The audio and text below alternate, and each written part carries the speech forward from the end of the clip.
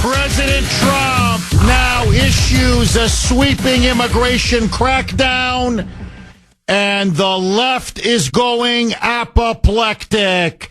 I have never seen any kind of response like I have from what's happening now in the media, among Hollywood, liberals everywhere. As you know, President Donald Trump now is in the midst of initiating the largest mass deportation in American history.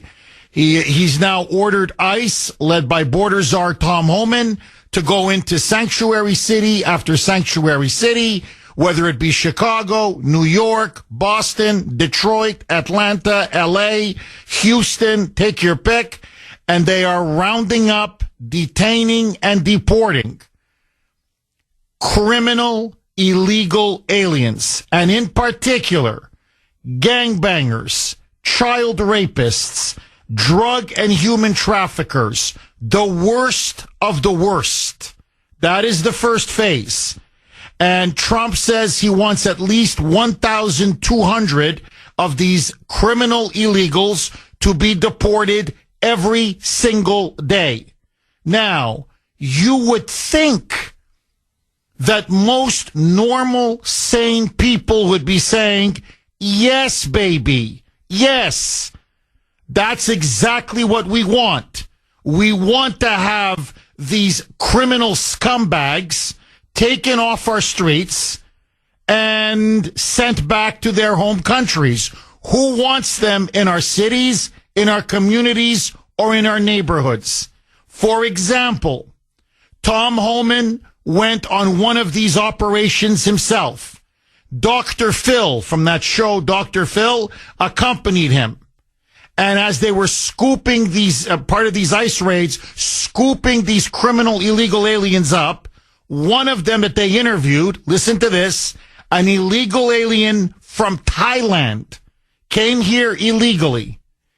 A convicted sexual predator, both in Thailand and amazingly here in the United States, an illegal, preying upon children, convicted of numerous sex crimes, molesting kids, and also, by the way, preying on them on the internet. And as Homan was saying to Dr. Phil, and he's still walking the streets of Chicago? This is what we're trying to deport. This is what we're trying to get rid of. We don't want animals like this walking on our streets because Americans are not safe. Legal immigrants are not safe. Everybody is not safe from people like this. You would think that people would be applauding what Homan is doing, what Trump is doing. No. Listen now as an example. This is Selena Gomez. I only know her because of my daughter Ava, who watches her on her movies on TV. She apparently is a big singer. So here is the singer, film, TV actress Selena Gomez, who, by the way, was born in Texas. She's born in Texas, but it doesn't matter. She went on Instagram and she told her video story with the caption, "I'm sorry," with the Mexican flag emoji beside it. And she started to break down and sob and cry like a child, crying. This is a grown woman, for God's sake, about what Trump is doing to my people. So, according to her, she now cannot stand the sight of these mass deportations.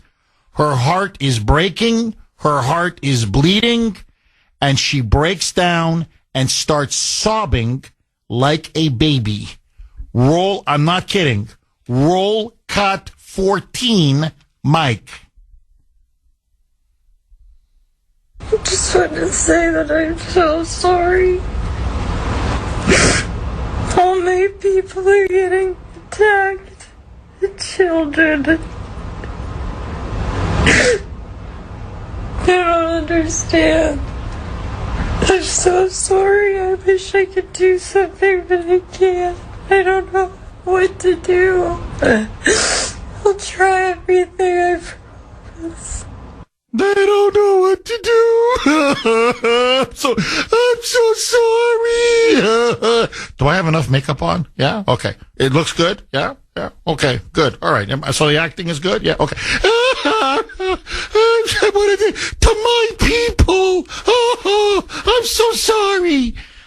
She apparently, on social media, has over 400 million followers. The backlash was immediate and it was immense. And people were calling her out.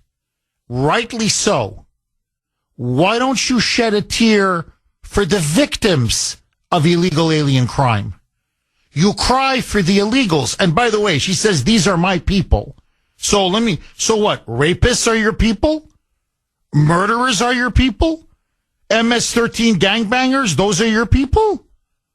No, what she really means is Mexicans. Illegal alien Mexicans. Now, I'm sorry, but someone has to ask, are you an American or are you a Mexican? Because if you're crying because illegal alien Mexicans are being deported, then, I know you were born in Texas, but apparently your family's from Mexico, then go back to Mexico. I'm sorry, but if your allegiance is to Mexico, then go right across the southern border and you can go and live in Mexico. Okay? But let that go. As I said on X last night, and I want to reiterate it right now, I am so sick and tired of these woke Hollywood liberal idiots. And pardon me, but they really are idiots who are so self-centered. This is all about her. All she's doing is virtue signaling. This is all about, I bleed. Oh, look how much I care. Oh, look how much it's bothering me. So she thinks she's going to get attention out of this. Well, as many even of her own fans said, hey, you know what? I'm sorry. Did you shed a tear for the victims of illegal aliens? These people you're crying for? Those that have been murdered, killed, raped, who have died from drug overdoses like fentanyl. Due to all that fentanyl coming in across the southern border. No, you don't cry for the victims. You don't cry for all the destruction and death that these illegal aliens have wreaked upon our country. No. But you, who live, by the way, apparently she's a billionaire. With a B, she's a billionaire. So you live in your rich Hollywood gated community. You don't have any idea of the consequences of your beliefs. And by the way, none of this affects her. It's not like she's being deported or her family's being deported or, people in her circle are being deported. No. Again, this is all about her virtue signaling and asking for attention. I'm so hurt.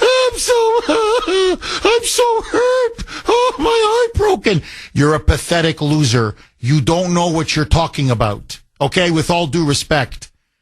No one cries or bleeds for Americans anymore. No one cries and bleeds for American citizens. No one cries and bleeds for Laken Riley, as an example. Or Joycelyn Nungare. I could go on and on and on. By the way, they finally passed the Laken Riley Act. Trump is going to sign it. God bless him tomorrow. Okay? But as I like to say, let that go. No one cries for all of the Americans who have had to live with the consequences of this criminal invasion at our southern border. And this spoiled little brat, and that's what she is. She's a spoiled little brat. You're suddenly now crying. And by the way, they haven't even touched the children. No child has been touched yet. Oh, family separations. No family has been separated yet. So you cry for Tren de Aragua, if you even know what they are? You cry for MS-13? You cry like for that a child sex predator from Thailand, as I was mentioning a few minutes earlier? That's who you're crying for? Listen now. I'm going to play it at the other side. Tom Homan responded to Selena Gomez and her little sob act on social media. And let's put it this way. He was not impressed. So what they're trying to do is they're trying to manufacture and drum up fake outrage. They're trying to manufacture opposition to Trump's policies by not telling the American people the truth. That the people being deported now are violent, criminal, illegal aliens. The worst of the worst. And instead, they're trying to give this fiction. It's innocent children. It's moms and dads. Families are being separated. My friends, have you had it with the woke Hollywood crowd? I know I have. 620 on the great WRKO. Jeff Kuhner, Boston's Bulldozer. 617-266-6868 is the number. Okay, the resistance, the resistance now on the left is intensifying. Frankly, it's becoming utterly unhinged and hysterical. You've got the media, CNN, MSNBC, New York Times, Washington Post, Hollywood in particular, but right across the board. The political, Hollywood, cultural media left are now bemoaning and excoriating Trump for these mass deportations that have now begun. And they're now claiming this is the sign of I'm not kidding, of an authoritarian dictatorship. This is now a racist purge of the country. And it's now leading them to start breaking down, literally sobbing. This is Selena Gomez, big following. As I said, even my daughter follows her. Over 400 million followers on Instagram. And she's of Mexican descent, born in Texas, a billionaire. And she just couldn't. The deportations that she's watching on TV, she finally broke down. Let me play it again. This is singer and actress Selena Gomez in a video on Instagram. Roll cut 14, Mike. I just want to say that I'm so sorry. All my people are getting attacked. The children. I don't understand. I'm so sorry. I wish I could do something, but I can't. I don't know what to do. I don't know what to do. Try everything. I've tried everything. I don't know what to do. Well, okay, since you mentioned it, because these are, quote, your people, according to you, okay, that are, quote, being attacked. By the way, the children. Not one child has been deported. Not one. Like, what are you talking about? Okay, but let all that go. Just let it all go. She's worth about $1 billion.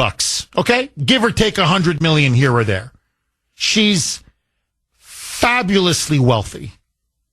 Multiple mansions. I mean, they're palaces. They're not even mansions.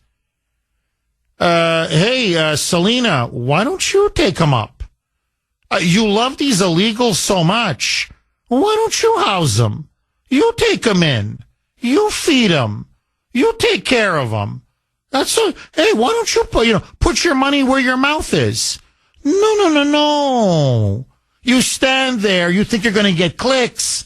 You think people are going to say, oh, look at Selena. Oh, she cares. Look at her. It's always about her. It's always about her. And, I'm so sorry. I'm so sorry. I am sick and tired of these wealthy Hollywood elitists, limousine liberals, as I call them, who don't give a damn about what their beliefs, what their ideas, what their policies, the consequences that they have on ordinary Americans. Because most Americans don't live in gated communities. They don't live in 20, 30, $40 million mansions with multiple security guards up the wazoo. We have to live in the cities that they pour these illegals in, or in the communities that they pour these illegals in. Now, let me just say one more thing, and then I want to go to the phone lines.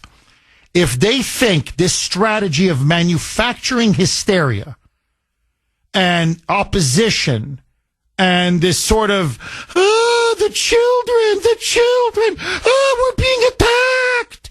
If they think this is going to work, they got another thing coming. Because Tom Homan, old school sheriff, is having none of it. This was his response to Selena Gomez sobbing. Roll cut 11, Mike. What do you say to those who are out there saying that these are everyday people, these are families that are being attacked and dragged out of their homes? How do you respond to that? I don't think we arrested any families. We've arrested public safety threats and national security threats, bottom line. And look, President Trump won the election on this one issue, securing our border and saving lives. What happened on our southern border last 4 years is the biggest national security threat this country's seen, at least in my lifetime, because we got over 2 million known gotaways. We got a 600% increase in sex trafficking. We got a record number of terrorists crossing the border on the terrorist watch list. We have 250,000 Americans die from fentanyl coming across the open border. We're going to do this job, and we're going to enforce the laws of this country. If they don't like it, then go to Congress and change the law. We're going to do this operational apology. We're going to make our community safer. We're going to save. Once we lock that border on continuous operation, you're going to see fentanyl deaths decrease, illegal alien crime decrease, sex trafficking decrease. It's just all for the good of this nation, and we're going to keep going. No apologies. We're moving forward. That's the way to do it, baby. I love this guy. In a non-sexual way, obviously. I love this guy. No apologies. What do you exactly? There's no need to. They need to apologize, not us. Selena Gomez needs to apologize. Let me just say this: 300,000 children disappeared under the Biden regime, trafficked into this country. Many of them now being sexually exploited, sex slaves. God knows what's being done to these kids. Does Selena Gomez cry for them? I want to take all of your calls next. 6:31 on the great WRKO. Jeff Kuhner, Boston's Bulldozer. 617-266-6868. Okay. The left now, there's just no other way to put it. They go absolutely berserk, hysterical. They're now crying, sobbing, weeping. For these illegals now being rounded up and deported. And my question to you, will this form of emotional blackmail, this kind of mass hysteria that they're trying to foment, to pull on Americans' heartstrings, will it work, or will the American people see right through it? 617-266-6868. Angelo in Rockland. You're going to kick us off, Angelo. Thanks for holding and welcome. Good morning, Jeff. How are you today? Very good. How are you, Angelo? I'm doing good. Early on, we all talked about how elections have consequences, and boy, we dealt with the consequences for 4 years, and now it's, America first type policies, and they can't handle that for whatever reason. But, all these elites, along with the New World Order, they feel so bad about this. I mean, they are illegal aliens, and we do have a process. Take the burden off us. They're listening to this. Take the burden off the United States taxpayers and pay all the benefits that we're giving them, and we'll see how long they can last before they go bankrupt. It's unbelievable about that, and they won't do that because they know that they'll be dried out within months. Prior to your show this morning, I was listening to the show prior to your show, and they were talking about the news, how one of the January 6ers got pulled over, and he was shot by a sheriff. Now, they really didn't get into it, but he was shot for whatever happened. But what was ironic was she said the January 6th attacks see that they keep spinning it, attacks. That was a protest that was brought out of control by the insiders. And, they just keep spinning it. They won't let January 6th go. It was a protest, and it spun out of control because they had the inside people doing it, as we all know. And hopefully that'll come out with a beautiful investigation, and we can see where the chips really lie in the American Well, Angelo, people. look, you're making some excellent points across the board. Look, Trump is clicking on all cylinders. I've never seen anything like this, really. This is why if we have time, we're going to talk about it later in the show. Should Trump be put on Mount Rushmore? Because there is a movement now to put him on, on the rock, as they call it, to put him on Mount Rushmore. I think he's on the path. I honestly do. I've never seen a first week in office like this, ever. So he's investigating now the J6 committee. He's investigating a lot of the charges that were used against the J6ers. So that's happening, exactly what you just mentioned. And look, I'm following that story. It was in Indiana. And there was apparently a J6er who was pardoned by Trump, was pulled over by police. We don't know why he was pulled over by police. And the police officer shot him dead. Now, the sheriff's office is being very coy. They're giving out very little information. But the J6ers are convinced that something fishy is taking place. They are convinced that, was this political? Was this retaliatory? We don't know. But did the police officer, when he pulled that person over, that J6er over, did he see terrorist watch list? Because that's what Biden did. Biden put the J6ers on a terrorist watch list. And maybe, with the pardon, that aspect wasn't expunged from the records. And so this person is thinking, oh my God, I'm dealing with a potential terrorist. That's the suspicion out there. And then the police officer got jumpy and then shot him dead. We want to find out. That's why I've held off on the story, because we just don't know yet exactly what happened. So, and the officer who was engaged in this fatal shooting has been put on paid administrative leave. I want the body camera released immediately. Release the body. Don't hold it. Don't edit it. Don't sit on it. I want the body camera released immediately. The footage. That's what I want.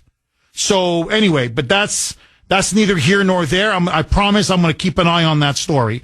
Look, as to your first point, Angelo, we're not even talking about people who are mooching off the system. Okay? We're not talking even about that. This first phase, and we're far from completing the first phase. Literally, like I'm not saying it for effect. Murderers, rapists, and child molesters. That's who they're deporting. And I played the cut of home, and he's like, what families? We haven't touched a single family. What child? We haven't touched a single child. What are you crying for?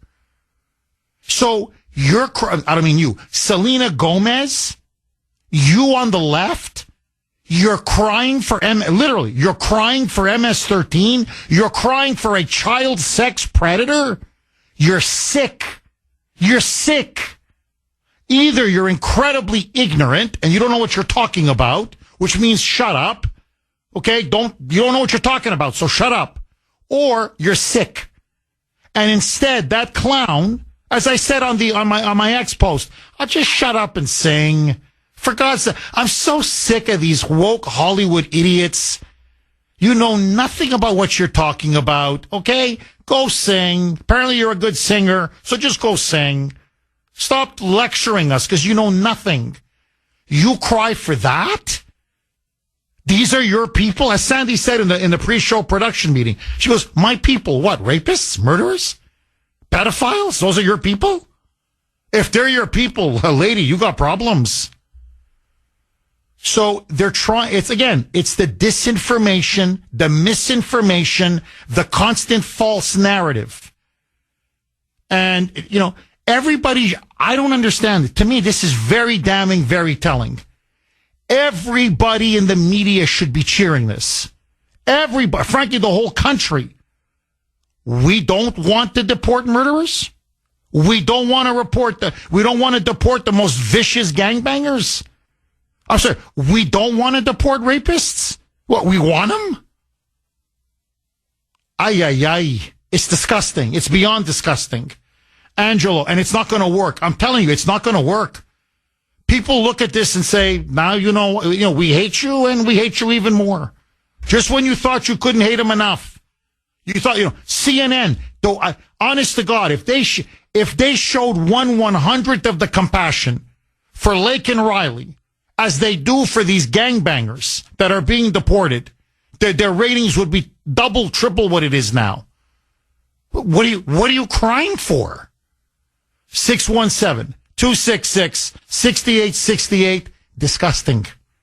Disgusting. Vince in Deutschland, in Germany. Thanks for holding, Vince, and welcome. Morning, Jeff. How you doing? Very good, Vince. It really is morning again in America, Vince. I tell you, the last, 7 days have made the last 4 years worth it, and it's only going to get better. What I wanted to say is I actually been following it on X the last 48 hours. First off, I want to send you this video. I'm going to send it to your X page. It's hilarious. I think it's made by the Dilly meme team of Selena Gomez crying. It's hilarious. But let that go. What I wanted to tell you is what Trump has done this time around is so brilliant. It's so strategic to embed Dr. Phil with the ICE team to give them top cover so the media cannot try to spin it any other way than what it is, And I think that people are going to see right through it because they've got people out there with the cameras showing exactly what is going on. Vince, I agree with you. Honestly, I've been looking at some of the footage, and I mean, how do I say this? Look, this is going to come out the wrong way. It's outrageous. Either you laugh or you cry, as they say. Some of it is they're so guilty. It's a bit funny. I mean, I know you're saying, come on, Jeff, what's funny about a murderer or a rapist? I mean, it's so outrageous what they've done. You kind of almost chuckle and say, and these liberals are crying for them? And you just you almost like you laugh at these leftists. So you got Dr. Phil interviewing these guys as they're being arrested. And they're like, so are you illegal? Yes. Have you been charged with multiple crimes? Yes. Well, what have you been charged with? Molesting a child. Raping a 15-year-old girl. I mean, you should see the crimes. And you're watching this and you're like, and people are demonizing Holman, and Holman is just standing there, cool as a cucumber, and he's just looking at him, and he's like, we're gonna deport your ass. I'm looking forward to this. All of you, we're sending you all out, every single one of you. And he's cool and calm, and he's like, you see, this is what we have in Chicago, this is what we have in New York. This is the people walking our streets. This is a threat to public safety, to national security. And he's just shaking his head, and people are opposing these raids. And he's just shaking his head, And Dr. Phil just has this look on his face like, how do we let these people in? He's like looking at this like, I can't believe this. Like he's thunderstruck. And he's just shaking his head like, my God. The next one is more vile than the one before him. So I'm with you, Vince. Look, it's a great move. People can see with their own eyes the kind of scum, real scum that are being deported. And then you look at this idiot, with the makeup and the camera crew and the whole, my people are being attacked. I'm so sorry. I can't do anything. You can leave. 6:49 on the great WRKO. Jeff Kuhner, Boston's bulldozer. 617-266-6868 is the number. Okay, I know I've played it twice already. Let me just play it a third time, because I want to ask this incredible audience the question. So let me just play it one more time. Go ahead. This is Selena Gomez, huge singer, TV, film actress, former Disney star. So she's got a massive following. Over 400 million people follow her. She goes on Instagram. She does this long video. In the caption, it says underneath as she's talking, well, she's really crying. She's sobbing. She's weeping. It says, "I'm sorry," with a Mexican flag emoji beside it. And she's very upset about the deportations. So much so that she's overwhelmed. And I mean, the tears were, cry me a river. The tears were really pouring down her cheeks. Roll cut 14. Mike. I just want to say that I'm so sorry. How many people are getting attacked? The children. I don't understand. I'm so sorry. I wish I could do something, but I can't. I don't know what to do. I'll try everything. Well, you could take them in. I'm just saying. You got so many mansions, you could take so many of them in, but, let that go. Many on social media, even her fans, I mean, the blowback was incredible, saying, knock it off, you're acting. They don't believe the tears were real. They literally think, no, she's just virtue signaling, and she wants to make it about her, and she wants to get more attention and augment her profile as a kind of a heroine of la résistance, of the resistance. And so I want to ask you, does she sound sincere to you? Do you believe those tears are real? That's the question. Is she really crying for the illegals? Or is this just one big acting job? And, and to the media, are they really that upset? Do they really care? Or are they also acting to their far left, whatever few viewers they have, to their far left viewers who expect them to go hysterical? 617-266-6868. Larry messaged me saying, Jeff, those tears are real, Jeff. She's crying as all the potential Democrat voters are being thrown out. Keith in Ohio. Thanks for holding, Keith, and welcome. Oh. Hey, Jeff, how is it back there in Moonbat Land? Well, it's not as good as where you are, Keith, I can tell you that. Let me tell you, I lived there my whole life, and I moved out here to be with my grandkids after I lost my parents. Sorry about your dad. And this is great. I live in a red county. Everybody's beautiful. I got flags on my truck. Trump won, and it's awesome. Having a great time. But anyhow, these people are such hypocrites. They're just actors. All these celebrities, you put this fake importance into their lives. All they do is act. They pretend their whole lives. They pretend to be somebody else, and that's all she's doing. If she had any conviction to, courage to go with her conviction of how she feels about this, open up your mansions. Let's see these rapists run around inside there. What's going to happen is when one of these people, and I hate to say it, it happens to one of them, one of these famous people's kids or wives or husbands, something bad happens to them, then all the lights will start coming on and say, oh! But, I can't believe it. It's how's winning doing for you, Jeff? It feels great, but I'm not sick of it, Keith. I want a lot more winning. Remember what Trump said? We're going to win so much, we're going to get tired of winning. I never get tired of winning, Keith. About Maura Healey. Oh, he'll never come in my state. I'll fight him. Yeah, till she's going to get arrested. I think she had a little change of heart, didn't she? Well, she did a complete, yeah, you're right, Keith. She folded like a cheap suit. She did a complete 180.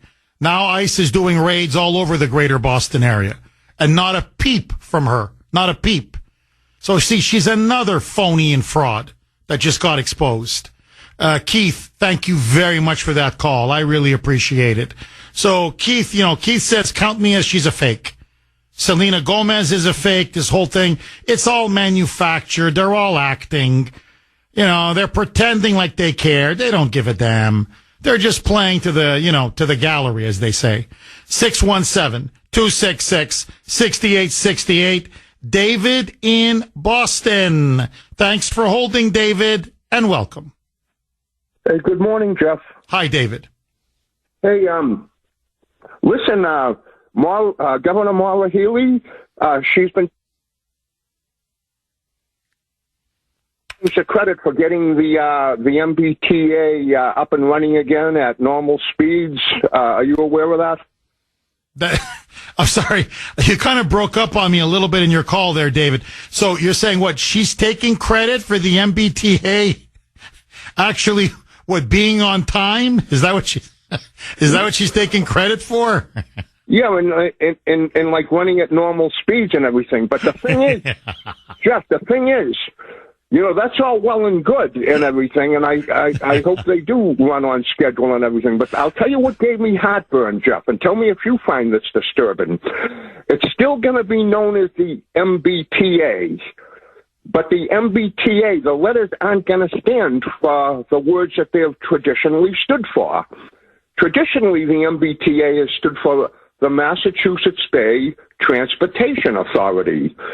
But Marla Healy says it's still going to be known as the MBTA, but the only thing is, now it's going to be known as the Massachusetts Bay Tren de Aragua. Yeah, the TA stands for Tren de Aragua. We'll still stick with the Massachusetts Bay. Massachusetts Bay.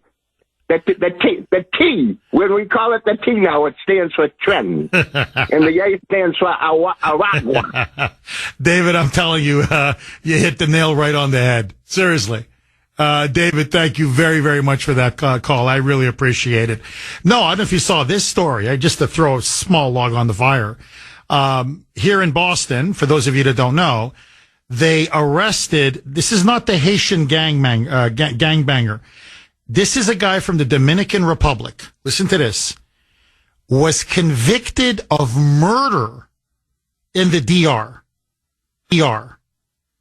Apparently, he was convicted of raping and murdering a woman in the Dominican Republic.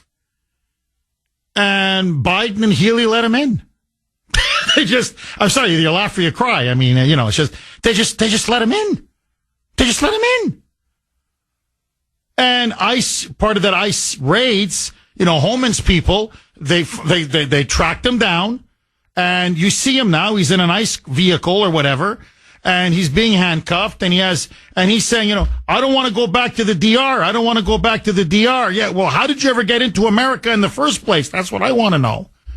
Courtesy of Michelle Wu, courtesy of Maura Healey, and courtesy of Joe Biden. Now, this is who the Boston Globe is crying over. These are their editorials. Oh, these are cruel.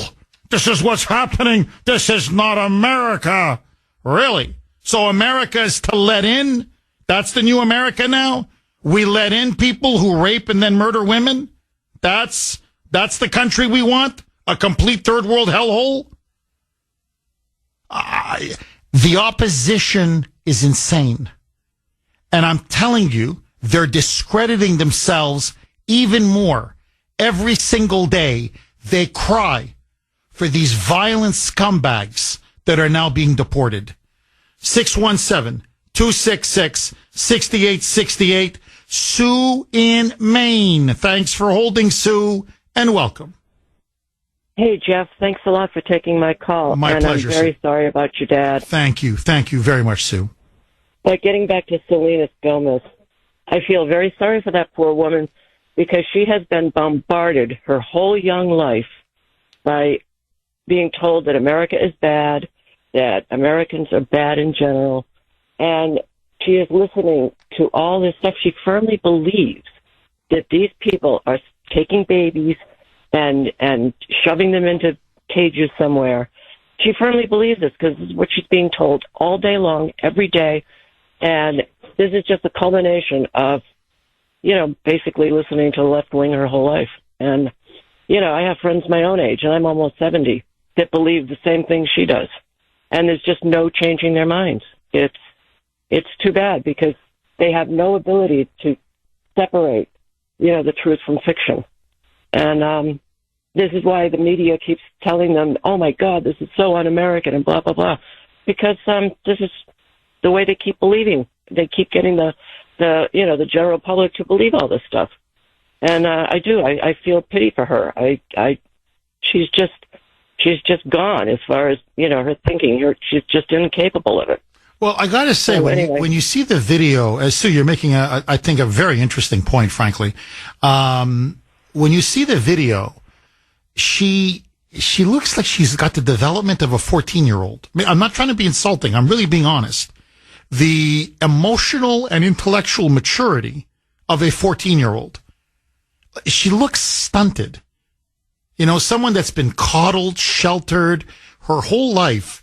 And look, I go back to something Trump said in his first term, which I don't think any truer words have ever been spoken, that the fake news media is the enemy of the people. And they're the enemy of the people because all they do is spread lies, brainwashing, and indoctrination, nonstop, relentlessly, 24 hours a day, 7 days a week. And you're right. It leads to people like Selena Gomez, who, look, leave aside Selena Gomez for a second.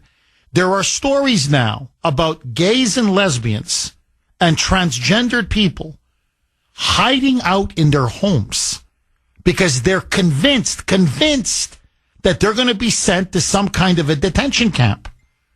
Like that this is Adolf Hitler and they're the new Jews and they're going to be sent to some kind of a concentration camp. They're convinced of it.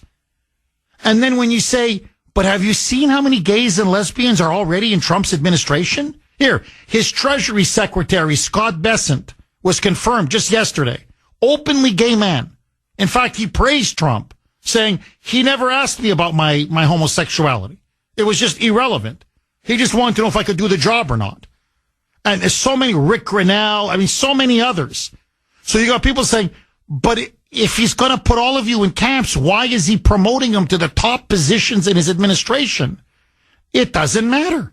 It's like talking to Frank in Gloucester or Bill in Sudbury. It's like literally talking to a wall. It's sad. Now, the only thing I would add to what you're saying, Sue, is this. I think people underestimate how freaking cheap many people in Hollywood are. And frankly, generally wealthy liberals. I'm telling you, they're a bunch of cheapskates. And, especially in California, they don't want to pay their landscapers a fair living wage. They don't want to pay the hired help a fair living wage. Because even though they have so much money, they're so greedy, they want more and more and more. And so one of the reasons why the likes of Selena Gomez, but I could name almost all of Hollywood, why they're weeping and crying for illegals. Well, they're the ones that cook their meals, do their underwear, clean their clothes, take care of their homes, nanny their kids, do their landscaping. They don't want to have to pay, $20-25 an hour or whatever is the going rate. No, they want to pay $5-10 an hour. They want cheap labor. So when they're crying, they're really crying for themselves. And you're going to say, come on, Jeff. I can't tell you how many wealthy people from Hollywood that I've encountered over the years, especially at the White House Correspondents' Dinner. There's something pathologically cheap, sick about these people. They see a penny on the floor. I'm not kidding. They'll rush and grab that penny. And I know a lot of people in talk radio, in entertainment, in Hollywood. You say, but the person's worth millions. And they're chasing a penny or a nickel in the hallway. It's a kind of a sickness. So, no, they want to pay $5 an hour. See, they believe in exploiting people in the name of being humanitarian, in the name of compassion. So they don't want to pay an American landscaper 25, 30, 40 bucks an hour. No, get an illegal to do it for 10 bucks an hour. They don't want to pay an American firm to come in and clean their homes or cook their meals. No, are you crazy? You can get some Latina from Mexico to do it for $5 an hour. And she'll even take care of your kids in the process. So don't underestimate how cheap and how predatory and how exploitative these people in Hollywood are. They exploit everyone around them, including the illegals. They love cheap labor. Final word to you, Sue. Sure. Just to add to that, I don't believe that most of them, especially somebody like Salinas Gomez, have ever given of themselves to help another person that's less fortunate than them, directly, not to just give to a charity and let someone else do the work, but have ever given of themselves. So they have a very limited scope of what being a human is really like. And, one thing that I've always told my friends is that there's nothing liberal about being a liberal, because you do it their way or the highway. And with that, Jeff, I'm going to say thank you for letting me say my mind, and have a great day. Thank you, and thank you for that call, Sue. Always very good. Every time you call is a good call. 617-266-6868. Look, the most intolerant people I've ever met are liberals. I'm just telling you the truth. Okay? Them and Islamists, obviously. In some ways, I know why they support each other, because they deserve each other. They really do. Liberals are the most, you scratch a liberal and there's a totalitarian waiting to come out. Incredibly intolerant. Bruce in Woburn. Thanks for holding, Bruce, and welcome. Keith. Hey, Keith, in Ohio. Bruce. It goes like this.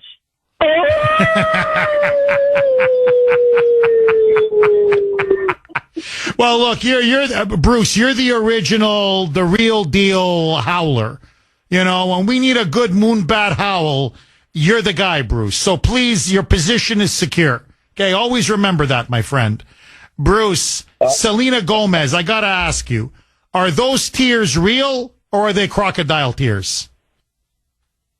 Come on, Jeff. Besides, you're going to cut me off short where I'm not going to be able to say all I want to say. All right, go ahead. Say everything you want to say, Bruce. Please, go ahead. They were as fake as the fake news. And she's flying a Mexican flag behind her. Now, if she had an American flag, I still wouldn't believe 1 ounce of crap to come out of her mouth. This is what they do, Jeff. She's a communist. She's a communist. She's not a Mexican. She's not an American. She's an actor. She was acting. Those were fake tears. Those were liberal tears. She has the Anthony Fauci syndrome. She lies and makes everybody think that, you got to wear. I still see people wearing masks, Jeff. And I'm sure they might have medical conditions, but I don't think so. They're in a car by themselves. Give me a break. This is all lies. Trump's done more in 1 week, but actually, Biden did a lot more damage in 1 week than Trump's done good. And Trump is kicking butt.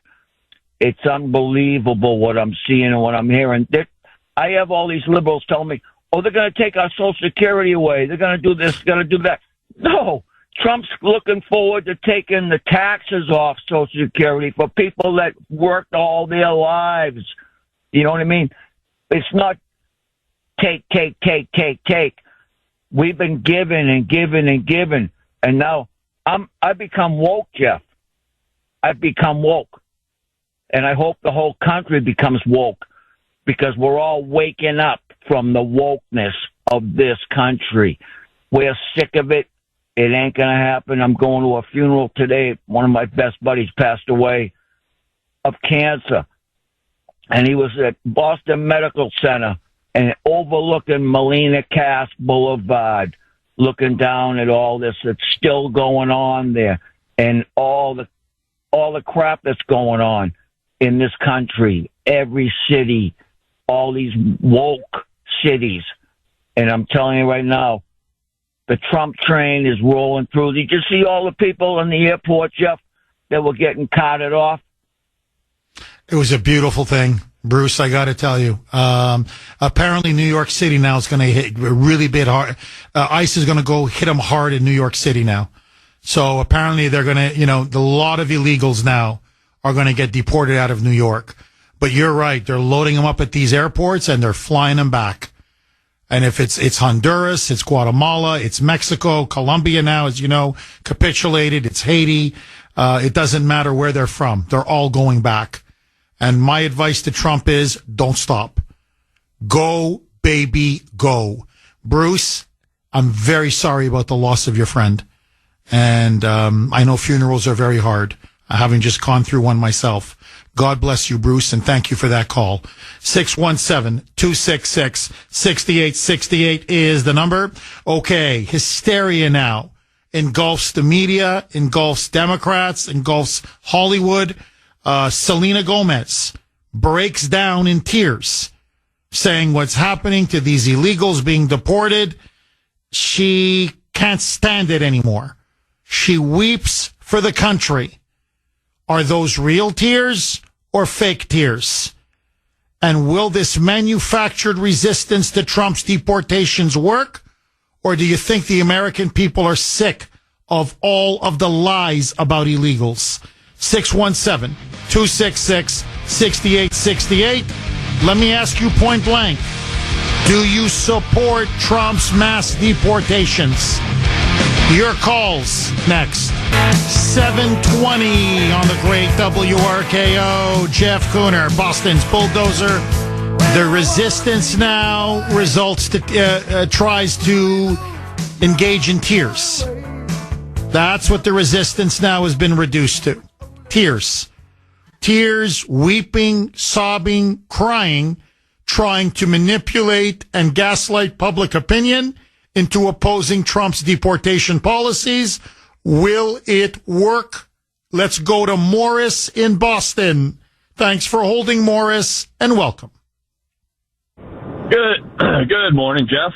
I tell you, it's so nice to turn on the news and watch this happening. But what gets me with these liberals like Selena Gomez is, they caused the problem. They allowed these people to come here. I didn't see any tears when Lake and Riley got murdered. I didn't see any tears when 300,000 illegal children went missing. I didn't see any tears, when these people are getting killed, cutting through Panama on their way here and getting raped and murdered and extorted. All these tears for criminals getting hauled out of here who have horrible, horrible records. My wife works at a prison. A lot of them come through there, and she sees a lot of them. And the records are amazing that these guys have. And the fact that they just strolled on in here, for these people to be outraged by it, they caused the problem. They were looking out for themselves, selfishly hoping that these people are going to be able to vote. And they screwed over 20 million people, whether they were criminals, good people, bad people, whatever it is. It's the Democrats' fault. And all I see are these tears and this guy's bad, that guy's bad. You destroyed these people's lives by inviting them to come here. Should never have done it to begin with. That's where it all started. And I just can't see how they don't see it. And they're more outraged over Donald Trump pardoning January 6 people than they are at the murderers, rapists, and child molesters that have been allowed to come into this country. I'm glad we're coming out of bizarro world, but I still think we're kind of there. Morris, just to jump off of what you're saying, because you're killing it. I mean, you're absolutely on fire. One of the people that Trump or Homan and ICE have deported early on was a member of MS-13. And apparently 11 kills that they know of. Murdered 11 people in this country. They found mass graves out in New Jersey and that area where MS-13 were slaughtering. Now, some of those people, to be fair, are gangbangers themselves, and so they're kind of killing each other. But the point is, This is a mass murderer. There's no ifs, ands, or buts about it. And you're crying for him as he gets deported? Morris, this is what I don't understand. This is what I can't wrap my mind around. To me, the question I'm asking is, how could you have let him in? Why did you let him in? That to me is the scandal. Instead, for them, the scandal is that we're kicking him out. And so, Morris, I guess, honestly, the question I have for you is, and you're right, the Democrats have caused this. They invited them to come. They ruined their lives. Never mind all the crime and the rapes and the murders and the victims on our side. So you're right on every count. But I'm talking now about the liberal mind. You cry for an MS-13 mass murderer. I'm talking women, children in mass graves. How can you explain the thought process of something like this? And it's not just one or two. It's almost everyone who voted for Kamala Harris. What has happened to our country that they cry for gangbangers who slaughter men, women, and children? Morris, do you have a theory on that? I actually do, Jeff, and it's called being uninformed. These people get their information. So you got to remember, the liberal mind is so narcissistic and arrogant that they feel they're above watching the news or reading a different newspaper or getting an alternate view. Instead, they get most of their information from memes on Facebook, or they hear it in passing or whatever. So in their minds, they really think babies are being deported and locked in cages and, good people are being thrown out of here. They have no clue that the first round of deportation was violent criminals. They don't even know that. And here's the thing, too. People like Selena Gomez and the rest of Hollywood, these people, you got to remember what they do for a living, Jeff. They're paid to pretend. They're paid to fake to be somebody that they're not. They're not smart people. They're just really good fakers at the end of the day. And I always found it astonishing how America takes these people and their opinions seriously. I mean, they're paid to lie for a living at the end of the day. It's as simple as that. So I think what we see is it's just lack of information and, and obviously over exaggeration. I mean, these people are, that tear fest was like, I think she just purposely didn't take her mental medication that morning to get the tears flowing, knowing she was going to make something on video. But, I mean, look, most liberals, there's a Pew study out there that says 67% of all white liberals have some form of mental disorder. And I truly believe that, but I actually think the number's higher. My mother-in-law, diehard lib, we try not to talk about stuff when she's over at the house, but my God, just, these beautiful people that are here. And, I drive by a hotel. You're dead. I mean, Morris, I got to tell you, man, this could be the call of the week right now. Morris, thank you very, very much for that call. No, look, as my mentor, Michael Savage, famously said, liberalism is a mental disorder. And that Pew study is completely accurate. Most liberals have a mental illness. 7:32 on the great WRKO. Jeff Kuhner, Boston's Bulldozer. 617-266-6868 is the number. Okay, a couple lines are open if you want to jump on. You can also text the Kuhner Man 70470, 70470. And this is a really good text from 603. If you look at the video, right, she starts with this, my people are being attacked. Okay, Selena Gomez is like, my people are being attacked. And I remember that struck me like, what do you mean your people? Who are your people? Now, she's of Mexican heritage or of Mexican descent, but she was born in Texas. You would think her people would be Americans. I mean, call me crazy. Listen now to 603. Jeff, at the beginning of Selena's tearful screed, I swear I heard her say this: all my people are being attacked. That's, 603, just so that you know, that's exactly what she said. If that's what she said, it brings two questions to mind. One, exactly what quote-unquote people are you talking about? We've had quote-unquote people from over 180 different countries pouring into America over the past 4 years. Two, aren't quote-unquote Americans supposed to be your quote-unquote people? Jeff, I'm proud to have strong Irish heritage. But if we had hundreds of thousands or even millions of illegal Irish immigrants in our country, I would be the first one to say we couldn't get them out fast enough. My allegiance is to America and to Americans, not to Ireland or the Irish. And I'm sure yours is the same if it came to Croatians or even Canadians. If you're here illegally, you've got to go. Amen, brother. There are illegal Croatians coming in through that southern border. And Poles and Serbs and Slovaks and a lot of Ukrainians. I'll just give, not to pick on them, just to, I'm not going around saying, oh, my people, my people. Or, I don't have to say, honestly, I don't know if there are any Canadians who've come in illegally. I'm sure there must be a few, but they just, when you look at the charts, they don't register in big numbers, okay? But let's just assume a few have. Kick them out. This is what I find my people? And again, it's the emoji at the bottom. She says, I'm sorry in the video with the Mexican flag emoji. Well, look, I'm sorry. If you love Mexico that much, there's the door. I mean, leave. No, really, if you feel that kind of ethnic allegiance that's so powerful, then okay, go to Mexico, but you won't. Because do you think in Mexico you could be a billionaire doing what she does? And I'm not just picking on Mexico.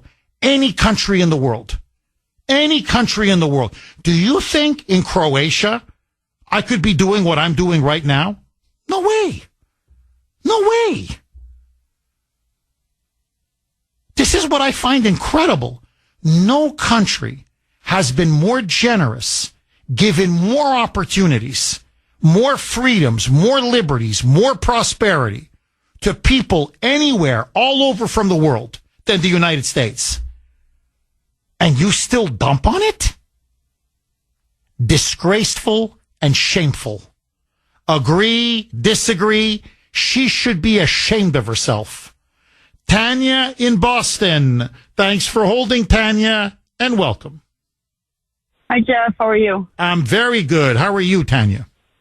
I'm good. I got a couple different points from a couple different angles.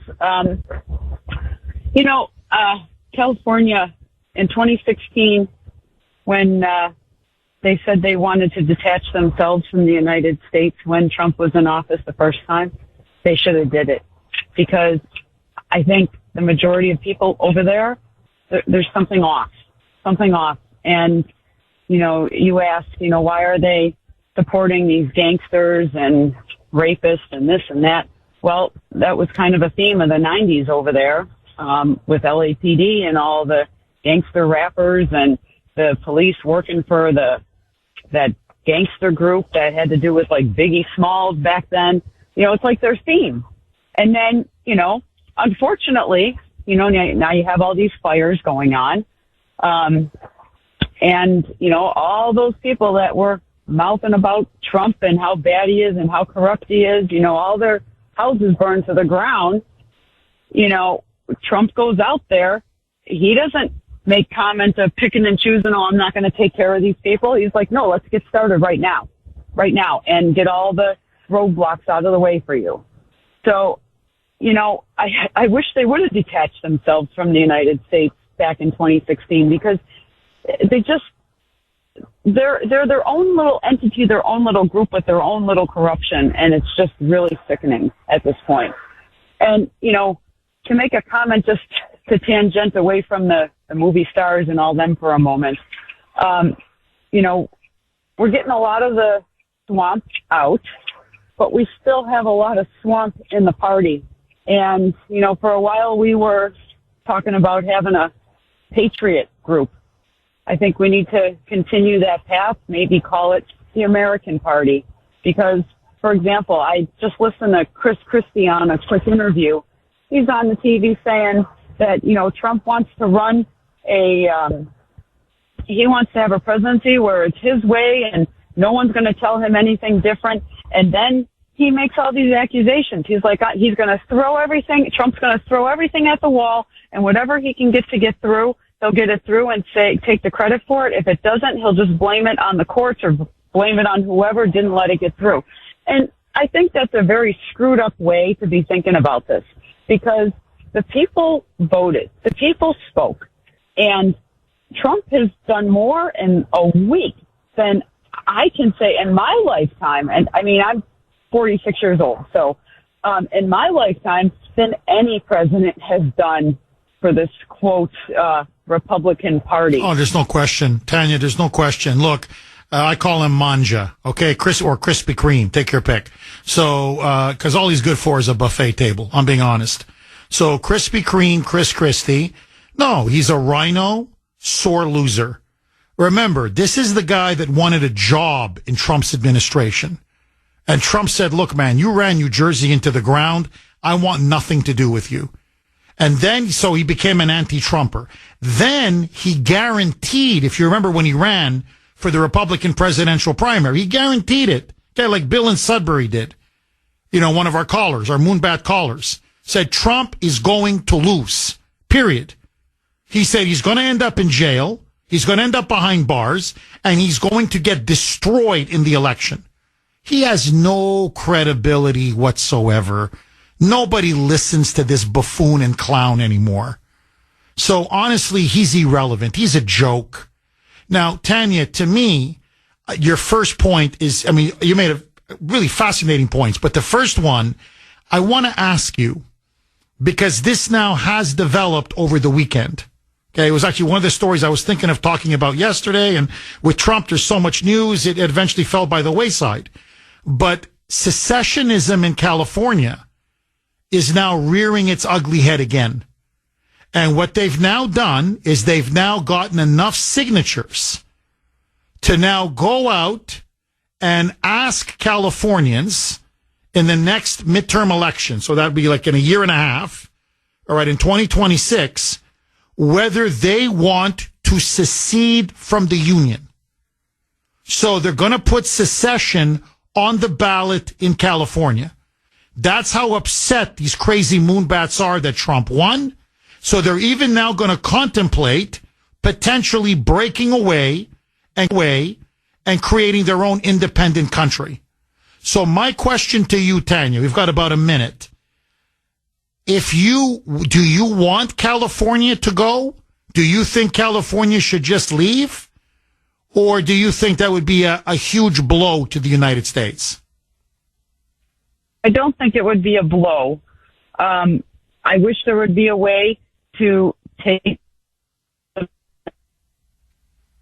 with Trump, like when he was at that fire station, talking to that state. Tanya, you're breaking up on us.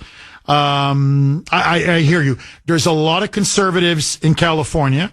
They're outnumbered, but there's a ton of them. And there's a lot of good people in California. So you're saying, in other words, Jeff, if we could just get rid of the moonbats and take the conservatives and the good, decent people, then yeah, it's a fair exchange. But anyway, just so that you know, they're now threatening to secede and they want to put it on the ballot. There you go. But we're the traitors. We're the insurrectionists. 750 on the great WRKO. Jeff Kuhner, Boston's Bulldozer. 617-266-6868 is the number. Okay, so it's not just Selena Gomez breaking down. My people. The children. Listen now. This is Nicole Wallace on MSNBC. Now, you want to talk about losing your mind, about being utterly unhinged. Listen now to Nicole Wallace comparing Trump's deportations. Well, you know what? Just hear it for yourself. Roll cut 15A, Mike. Families that are in hiding on this harrowing anniversary of Holocaust anniversary does have a really eerie echo to something that I think people thought, how could that happen? And that could never happen again. We are now on live TV talking about administration in live interviews with their faces showing that says proudly that schools are not off limits. Right. I mean, Tom Homan is engaged in cosplay. He wants to be Bull Connor for our current days. Is that right? She's comparing it to the Holocaust. To the Holocaust.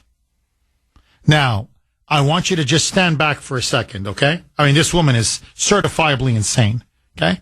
I mean, you want to talk about someone who's ready for the loony bin. So, here is what Homan and Trump are now doing. They are now detaining, arresting, deporting murderers, rapists, and child molesters. That's the first phase. Those are the only ones now that have been rounded up and deported. And she's comparing this to the Holocaust and to concentration camps under the Nazis? She's an absolutely vile, disgusting human being. And this goes back to something earlier that Morris in Boston, I thought, had an outstanding call, where he said, Jeff, remember about Selena Gomez and all these people in Hollywood, and why do we take them all so seriously? They're paid liars. If you remember Johnny Depp on one of his drunken rants when he threatened to kill Trump, if you remember in his first term, okay, it was in London or in England, and he was in front of some kind of a film festival, and he openly admitted, he goes, look, I'm an actor. That means I'm paid to lie. I'm paid to be fake. I'm paid to be somebody I'm not. I'm paid to pretend. The media is really, like the term prostitutes. They're not, they're basically prostitutes. They're prostitutes. They have now become like these Hollywood actors. They are paid to lie. That's what they do for a living. And Nicole Wallace, just so that you know, okay, this is one of MSNBC's top people, if you can believe it. She was a former Bushie. She worked in the George W. Bush administration and then realized after Bush and then the rise of Obama and, Bush and Cheney were being discredited with the war in Iraq. It was like, hey, let me put my finger. Ooh, hey, things are blowing to the left now. I could get a gig on MSNBC being an anti-Bushy and an anti-Republican, and bang. That's how now she's, remade and transformed herself. The woman is a prostitute. If you need her to be a conservative Republican, there she is. If you need her to be this far left-wing Democrat, there she is. She'll be whatever you want her to be. Just pay her the right amount of money.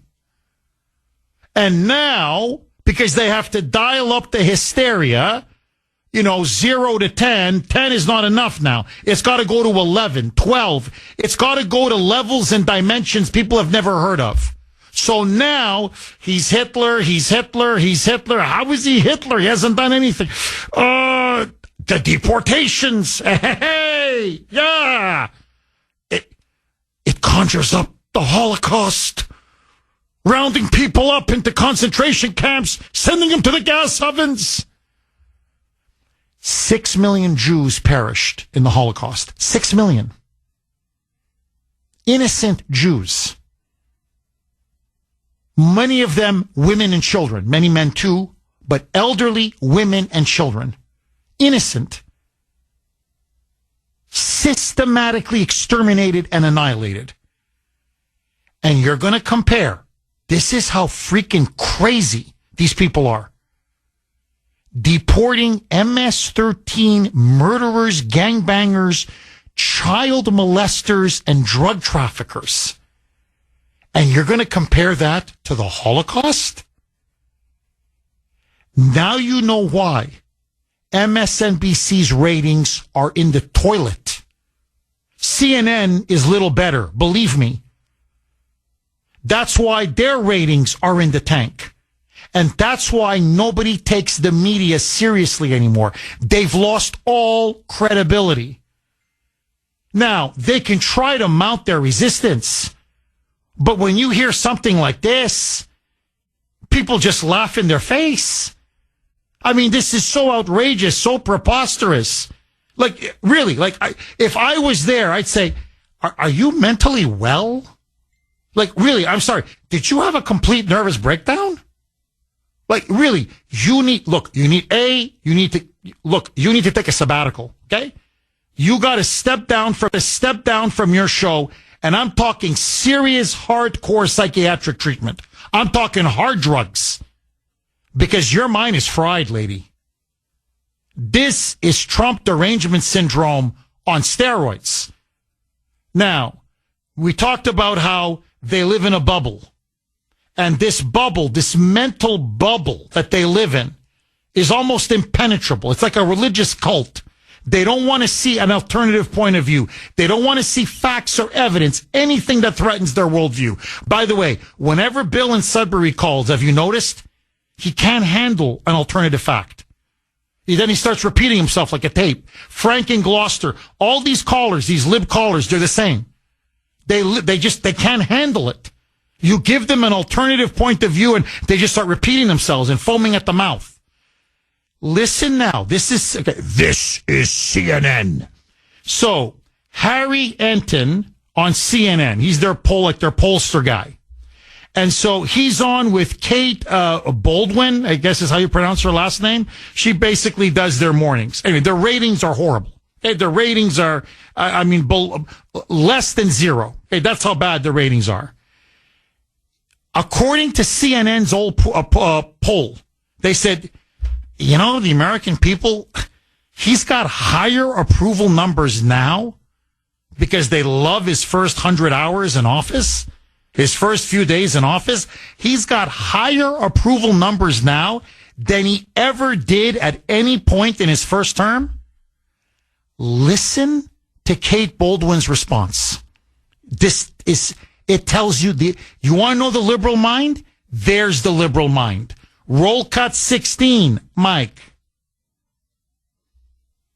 The American public is very much more in line with him than they were at any point during his entire first term. Well, I would say, correction, this is not a very different Donald Trump. This is a very different Donald Trump as being viewed by voters in this In the way he's going about things with Susan Wiles leading things. I think he is, going at things in a much less disorganized fashion, much more organized. Take me back in history. Take you back in history. So it was so interesting to me that Donald Trump's first net approval rating of his second term is higher than his entire first term. And I was interested, has that ever happened? Has the second term net approval rating in the first month, have you ever had a higher rating than any net approval rating during the entire first term? Donald Trump is the only... I have a hard time believing this. This is 100% true. I went back. I love spreadsheets. Donald Trump is the first guy ever whose net approval rating in the first month of his second term is higher than any rating that he had as an entire first term, Kate Baldwin. This is true. I don't make stuff up. The numbers are the numbers. The numbers are the numbers. I can't believe that. I have a hard time believing that. In other words, this can't be true. This can't be true. You mean his numbers just keep going up and up and up, and they're even higher now than they were throughout his entire first term? You mean they love putting troops on the border? You mean they love remain in Mexico? You mean they love the mass deportations? You mean they love drill baby drill? You mean they love ending DEI and getting rid of transgender service members from the military? You mean they love all of it? No, this can't be true. This is impossible. I've never seen a president fulfill his promises to the extent and with the rigor that Trump has. His first term was incredible, don't get me wrong, but there was so much opposition and sabotage, and they tried to derail him all the time. It was just nonstop. This first 7-8 days, I've never seen anything like it. It's like a checklist, and it's just check, check, check, check. He's just going right down the line. Now, he just signed an executive order, missile defense, what Israel has, the Iron Dome. He will create and establish an Iron Dome missile defense system for our homeland, for the United States. Winning, winning, winning. Dan in New Hampshire. Thanks for holding, Dan, and welcome. Yes, Jeff. Hi, Dan. You're exactly right about the dirty, corrupt media. I've said this before. It's a controlled media pushing a controlled narrative, owned by the dirty media industrial complex. And BlackRock and State Street and Vanguard hold the notes over them. And who holds the notes over them? That would be the Rothschilds. Simple as that. And listen, Jeff, what we need to really get back to, we're one.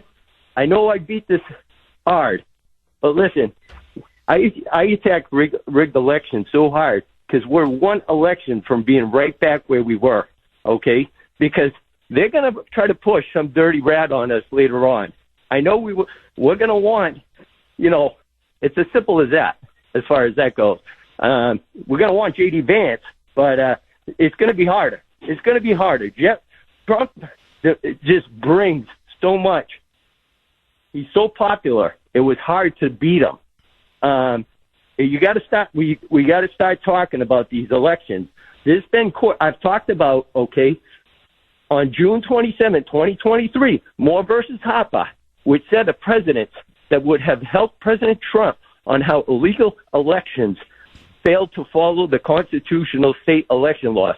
After that happened, Louisiana, elections in Louisiana were overturned. Georgia, one in Connecticut, one in California, and Jeff, on as far as New Hampshire goes, the court case that went to the Supreme Court, Daniel Richard, 1129-23, on Chief Justice Gordon McDonald on 9/12/24, the New Hampshire Supreme Court found that based on the alleged facts that we determined that plaintiff, Mr. Richard, has sufficiently demonstrated the right to claim relief and therefore demonstrated standing. So the next step is Sununu, John Formella, the Attorney General, David Scanlon, Secretary of State, Speaker Sherman Packard are all going to trial. That's what's the next step. And well, Dan, look, you know this better than anybody, that the elections in New Hampshire are dirty. If no one else has the guts to say it, I'm going to say it.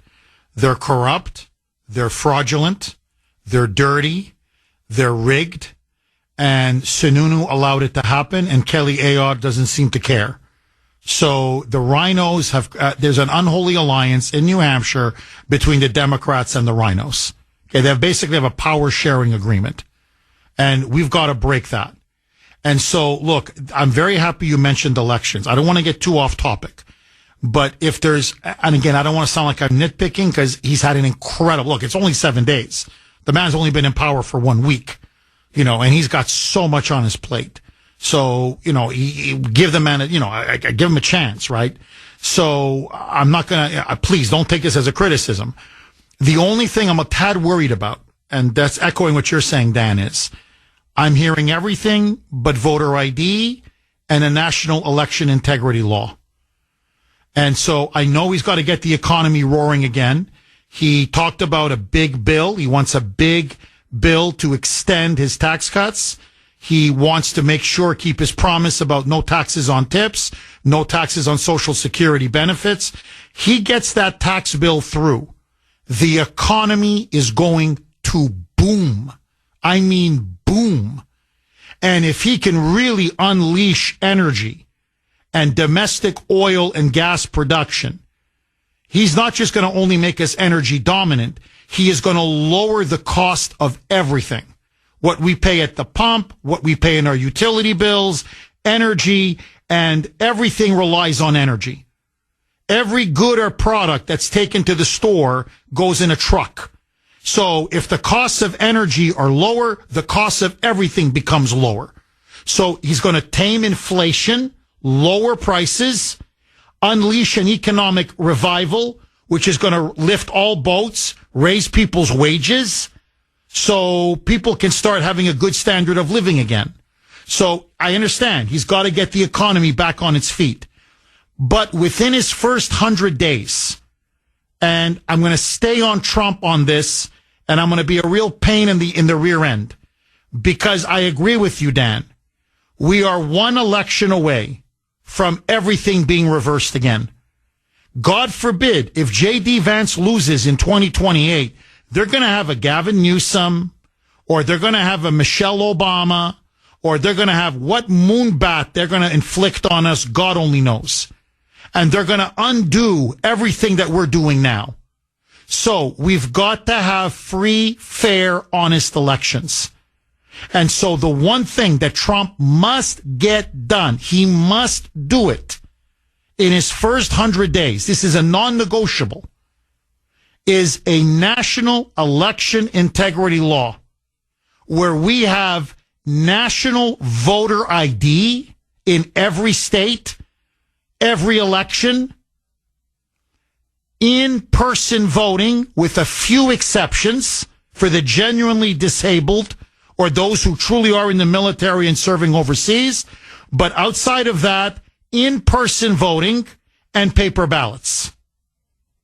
None of these electronic machines, none of this Dominion stuff, all of this, no more ballot harvesting, no more ballot trafficking, no more mail-in balloting. Those days have to be over.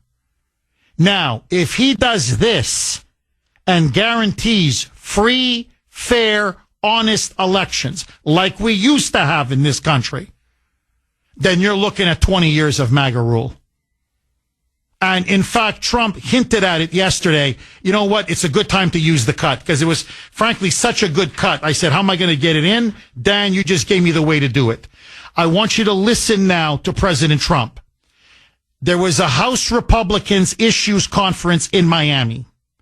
And Trump is now speaking to not just Speaker Mike Johnson, the entire Republican House caucus, all the Republican House members. And he's telling them, he goes, we are now what FDR was 100 years ago. How the New Deal and FDR transformed politics in America for generations. We have now created a majority coalition that if we do things right and fulfill our promises, we will be to the 21st century what FDR and the New Deal was to the 20th century. A permanent majority governing coalition. In other words, a MAGA majority.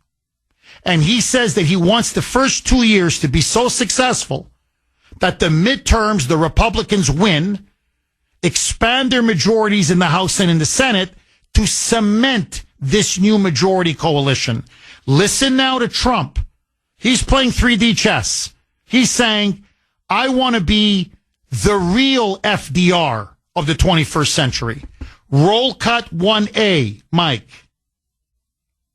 In a political earthquake, we won a wave of support from labor unions, including massive numbers of auto workers, which gave us Michigan as an example. Think of that. We won Michigan easily, and we did tremendous with the auto workers. And an overwhelming majority of the rank and file membership of the Teamsters. The Teamsters were great. They showed up in droves, and we won them by a lot. Together, we're forging a new political majority that's shattering and replacing Franklin Roosevelt's New Deal coalition, which dominated American politics for over 100 years. That's what we're doing. He's completely right. He's completely right. Brilliant. I'm telling you, the man is a political strategic genius. He plays big ball, not small ball. And he's got the vision thing, as Reagan had. Okay, Reagan was a visionary. Trump is a visionary. Yes, he's a pragmatic businessman, but man, he's got the long view. And so what he's telling them is, guys, we've got a chance to create a multi-ethnic, multiracial, working class coalition that we can make the Republican Party, really the MAGA movement, the dominant party and the dominant movement for the entire 21st century. And the heart and soul of it, It's got to be election integrity. I know he wants to secure the border, the deportations. I mean, I get it. And the war in Russia and Ukraine. Of course, everything is a low inflation. No question. But if you have crooked, corrupt elections, it all means nothing. You have honest, free, and fair elections. And then the Democrats are going to be in the political wilderness for generations to come.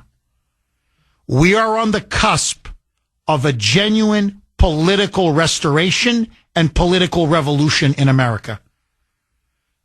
This is history in the making. So I agree with you, Dan. Trump has got to clean up our dirty elections. If he does it, no force on earth can stop him. 617-266-6868 is the number. All right, I want to take more of your calls. Don't touch that dial. 820 on the great WRKO. Jeff Kuhner, Boston's Bulldozer. 617-266-6868 is the number. CJ in Boston. Thanks for holding, CJ, and welcome. Jeff. Hi, CJ. You had asked previously, why these entertainers and singers and the mainstream media are doing what they're doing. It's just a cover for what's happening now, because now the American people can see firsthand as they drag these felons and these murderers and these rapists out of their communities, what our elected officials who have declared our cities sanctuary cities are doing. These are the people who are a direct threat to our communities. It's those in public office who are protecting these felons and murderers. And that newswoman Wallace that you brought up, where she compared what's happening now to the Holocaust, she was absolutely correct if you look at it from the other angle. It was the Democrats and the Biden administration and all these Democratic leaders that let these illegals into the country, that killed hundreds of thousands of Americans with fentanyl, raped, murdered, and killed American citizens. It is the Democrats that are responsible for what's happening today. And what's finally happened is we have a president in office who pledged to work for the American people. And that is what the mainstream media and the liberals and everyone else is against now. Because the American people have spoken after many years of being the silent majority. They have spoken. They want a clear direction for this country. And they put a man in office who's going to do just that. There was an arrest last week in East Boston, a Haitian gang member, 25 years old, 17 criminal convictions, multiple drug weapons and assault and battery crimes. And this guy was living in the city of Boston. But this is going on throughout democratic cities in our country. And Tom Homan, just a heads up. I mean, if you're looking for anybody, Massachusetts is one of many states who gave illegal immigrants driver's licenses and permits. Go to the registry, get a list, and start knocking on doors.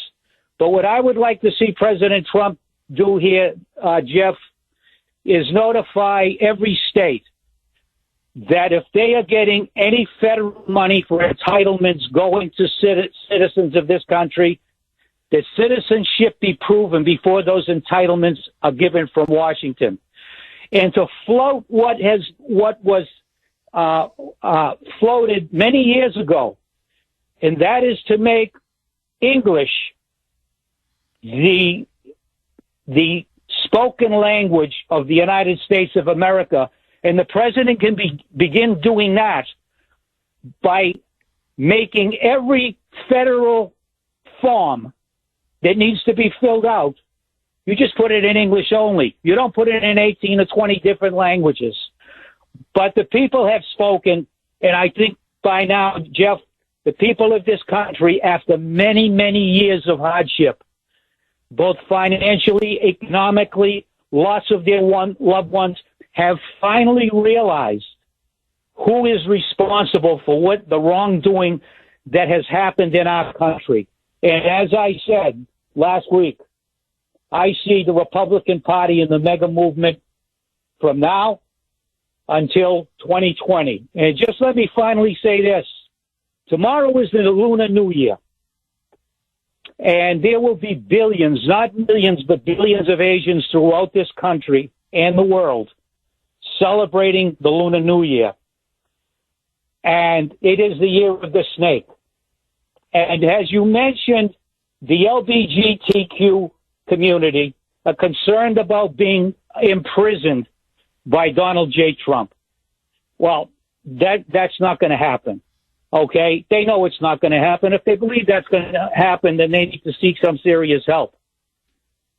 But what it will be for the next 4 years, it will be the year of the heterosexual. Because 98% of this country are heterosexuals, with less than 2% on the other side. And we cannot allow such a small minority to push their agenda on the majority of the citizens of our country. Well, CJ, that's what's starting to happen. You can see it now. The DEI programs are getting eliminated across the military, across the entire federal government. Trump has now come out and said there will be 2 genders only that will be recognized, not just in the government, but across the country. He's urging all businesses to do the same, a male and a female. That's it. So you can see now that normalcy is starting to get restored. And the radical LGBTQ agenda is now on the defensive. There's no question. And overall, the left is now on defense. They're reeling. They're shocked. Trump is doing his own version of shock and awe. And to me, that almost begs the question, with what we've seen in his first term and how spectacularly successful it was, and now how we see how he's conducted himself in the first week to 8 days of his second term, there is now a growing movement to put Donald Trump on Mount Rushmore. So I want to ask you, should we put Trump on the rock? Okay, let me add this log to the fire, my friends, and it's a very serious proposal. There is now a growing movement to put Donald Trump, Don on the rock, as people are saying, to put Donald Trump on Mount Rushmore. 8:32 on the great WRKO, Jeff Kuhner, Boston's bulldozer. It's getting not just popular support, but congressional support. So Congresswoman Anna Paulina Luna, as you know, a MAGA Republican from Florida, one of the rising stars in the party, is going to be introducing a bill saying that it is time to make room for another addition, another figure to be put and carved, their visual image carved on the side of Mount Rushmore. Currently, it's George Washington, Thomas Jefferson, Abraham Lincoln, and Theodore Roosevelt. Anna Paulina Luna and other Republican members of Congress are now saying, make room for a fifth, Donald J. Trump. And so, let me ask all of you. It is the Kuhner Country poll question of the day, sponsored by Mario's. Mario's Quality Roofing, Siding, and Windows. Should Donald Trump be put on Mount Rushmore? Do you think right now he has done enough or achieved enough to be considered one of the greatest leaders in American history, worthy of, say, a Washington, a Jefferson, a Lincoln, or a Roosevelt? A, yes. B, no. I want to hear from you, Kuhner Country. You can vote on our webpage, WRKO.com/Kuhner. WRKO.com/Kuhner, KUHN is in National ER. I'm also very active, as you saw again last night on X. You can vote there as well. My handle, at the Kuhner Report. It's all one word. KUHN is in National ER. Should Donald Trump be put on Mount Rushmore? Now, my answer, I think, is going to surprise many of you. My answer right now is no. It's no. I don't think he should be put on Mount Rushmore.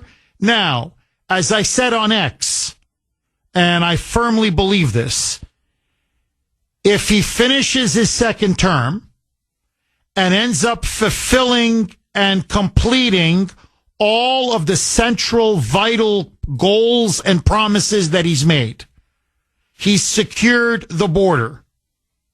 He's deported all illegal aliens. We have low inflation. We truly have a booming economy.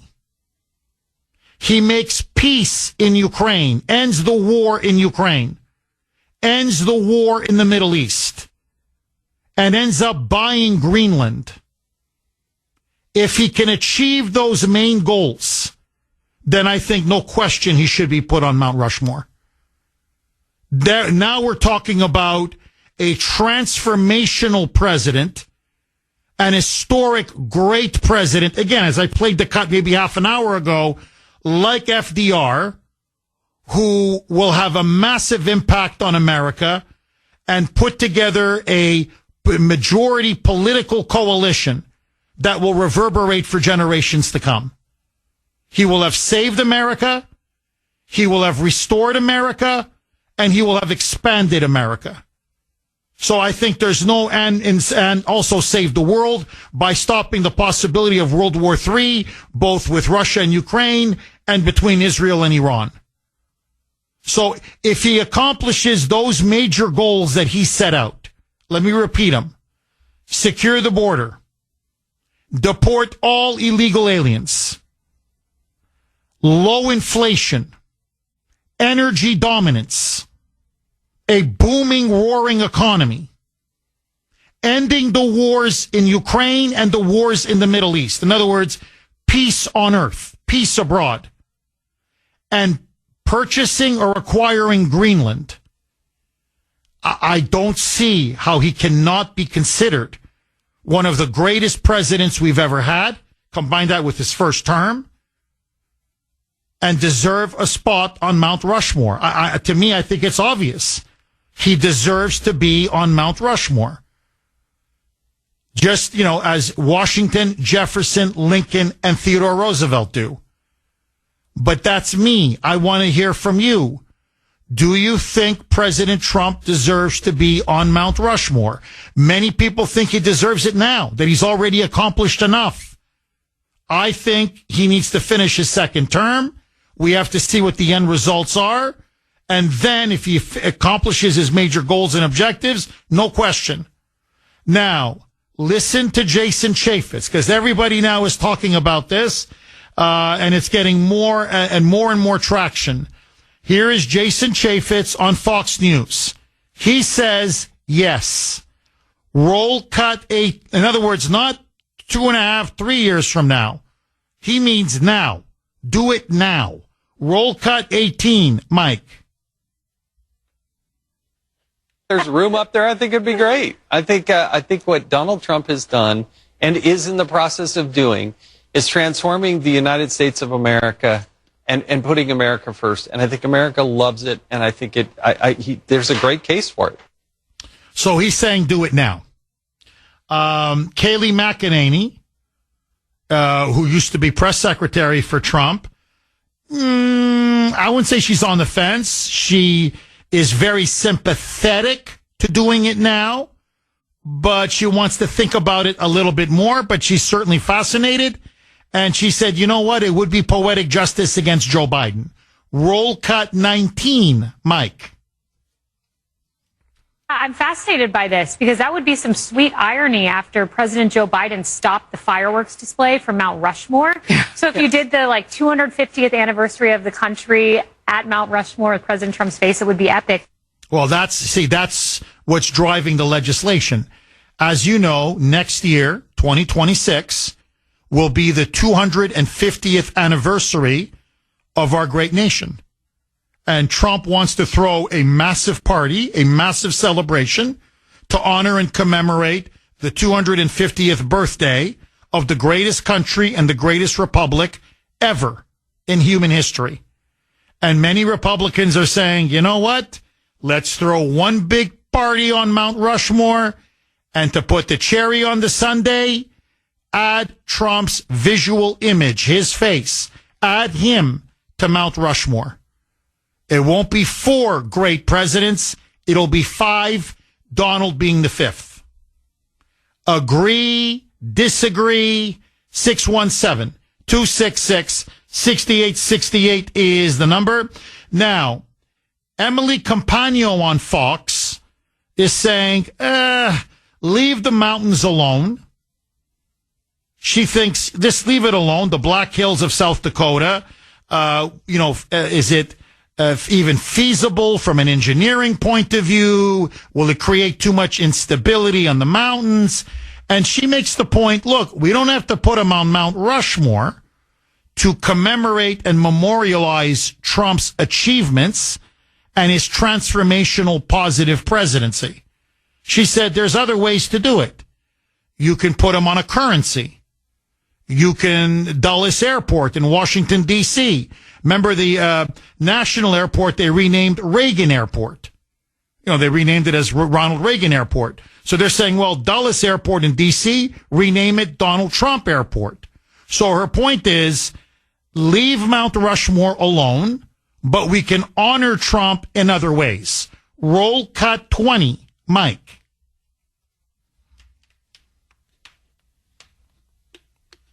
I would be all for putting President Trump's face on currency, right? Or which obviously there's the cryptocurrency, but I mean put it on a quarter or whatever. And I love the thought of the DC airport, yes, but I would like to please leave the mountains alone.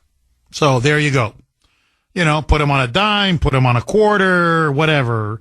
Put him on some other currency, rename airports after him, but leave Mount Rushmore alone. Look, no, I would love to see him on Mount Rushmore. I just think it's a little bit too early. I think he's got to finish a second term, and let's see what he's able to accomplish and achieve. But if he does what he promises to do, and I honestly believe he will, I think there's no question he will go down in history as one of the greatest presidents we've ever had, and then he deserves genuinely to be put on the rock. Agree, disagree. John on Cape Cod. Thanks for holding, John, and welcome. Good morning, Jeff. How are you? I'm very good. How are you, John? Jeff, the show's fabulous. Like I said, my second time calling. I've just heard so many great points, so just bear with me so I don't lose track. Yes, go ahead. First of all, you're on point, as usual, as you and I talked last time about accountability. I don't know what Trump's doing this time around, but his media team and everyone like J.D. Vance is fighting back. Use the media against him. We have so many tapes and sound bites of all these frauds talking out of both sides of their mouths. For example, yesterday, your pal Howie Carr played Hillary Clinton from 2008, excoriating illegal aliens, wanting them all out of the country. I almost went off the road. It's so funny. That's the kind of stuff Trump's got to keep. John, can you hang on? I'm up against a hard break. But so far, I agree with you 1,000%. Okay, we're going to continue with John and Trump. Should he be put on Mount Rushmore? Your calls next. 8:50 on the great WRKO. Jeff Kuhner, Boston's Bulldozer. 617-266-6868 is the number. Many of you are saying, Jeff, yes, put Trump on Mount Rushmore. If nothing else, just to see liberal heads explode all across the country. I'll be honest, that was one of the things that popped in my mind when I read this story a couple days ago. I'm like, you know what? just the theatrical value alone. To see, you think Selena Gomez is crying now over illegals being deported? Holy mackerel. You watch her cry. She's going to, literally, she'll cry you a river. California's drought problem is over. They'll have so much water for those hydrants. She will cry and cry and cry if they put Trump on Mount Rushmore. So I'm a, yes. Put him on the rock just to see the libs go absolutely apoplectic. 617-266-6868 is the number. Okay, we lost John, unfortunately. We lost his call. 617-266-6868. Eddie in Charlestown. Thanks for holding, Eddie, and welcome. Yeah, Jeff, thank you. Thank you for having me on. My pleasure, Eddie. I want to make a comment about California leaving the Union. First of all, it's against the United States Constitution for any state, commonwealth, or territory to leave the Union. And if the crazy people in California do decide to push the issue, I have one suggestion for our great president. Send the troops in there, take over the state, and make it a territory. That way, they get what they want. They're not a state of the United States. They're a territory now. And give that statehood to the people of Puerto Rico that have been waiting for so many years to become a state. Maybe they'd appreciate being a state of this great country. So it's enough with these people in California dealing with these crazy people, these stars crying for people, murderers that are getting deported. Why don't they cry for people like innocent victims? Where are their heads? I don't understand it. Well, Eddie, look, their heads are not with America. It's obvious. And these California leftists, and it's not just Hollywood. I wish it was just Hollywood, but it's much more than Hollywood. It's Gavin Newsom. It's Karen Bass. Look, just look at the people they sent to Congress. Adam Schiff, Maxine Waters, Brad Sherman. I could go on and on and on. And Kamala Harris, I know she's no longer in Congress, but she was a senator, for many years. I mean, these people really hate the United States. They hate us. And I'm not surprised this is their reaction to Trump's victory. Their reaction is now they literally have now passed, they've gotten enough signatures to now put the question on the ballot, which they're going to try to do for the midterm elections, should California secede from the United States. So your reaction to losing an election fair and square is to want to break away from the Union? That's how much love you have for our country? First of all, talk about a bunch of sore losers. By the way, who are the election deniers now? Who are the insurrectionists now? To me, the chutzpah, the hypocrisy of this is stunning. But, let that go, as I like to say, Eddie. So, part of me, look, I hear where you're coming from, Eddie, but honestly, there's a part of me that says, hey, you want to go? Go. Like, really, go. You need us. Look, I love California. I've been there many times. It's a beautiful state. There are a lot of conservatives as well in California. A lot of good, decent Americans in California, okay? But, they benefit a lot more from being in the Union. They benefit a lot more from us than we do from them. They have brought in so many illegals.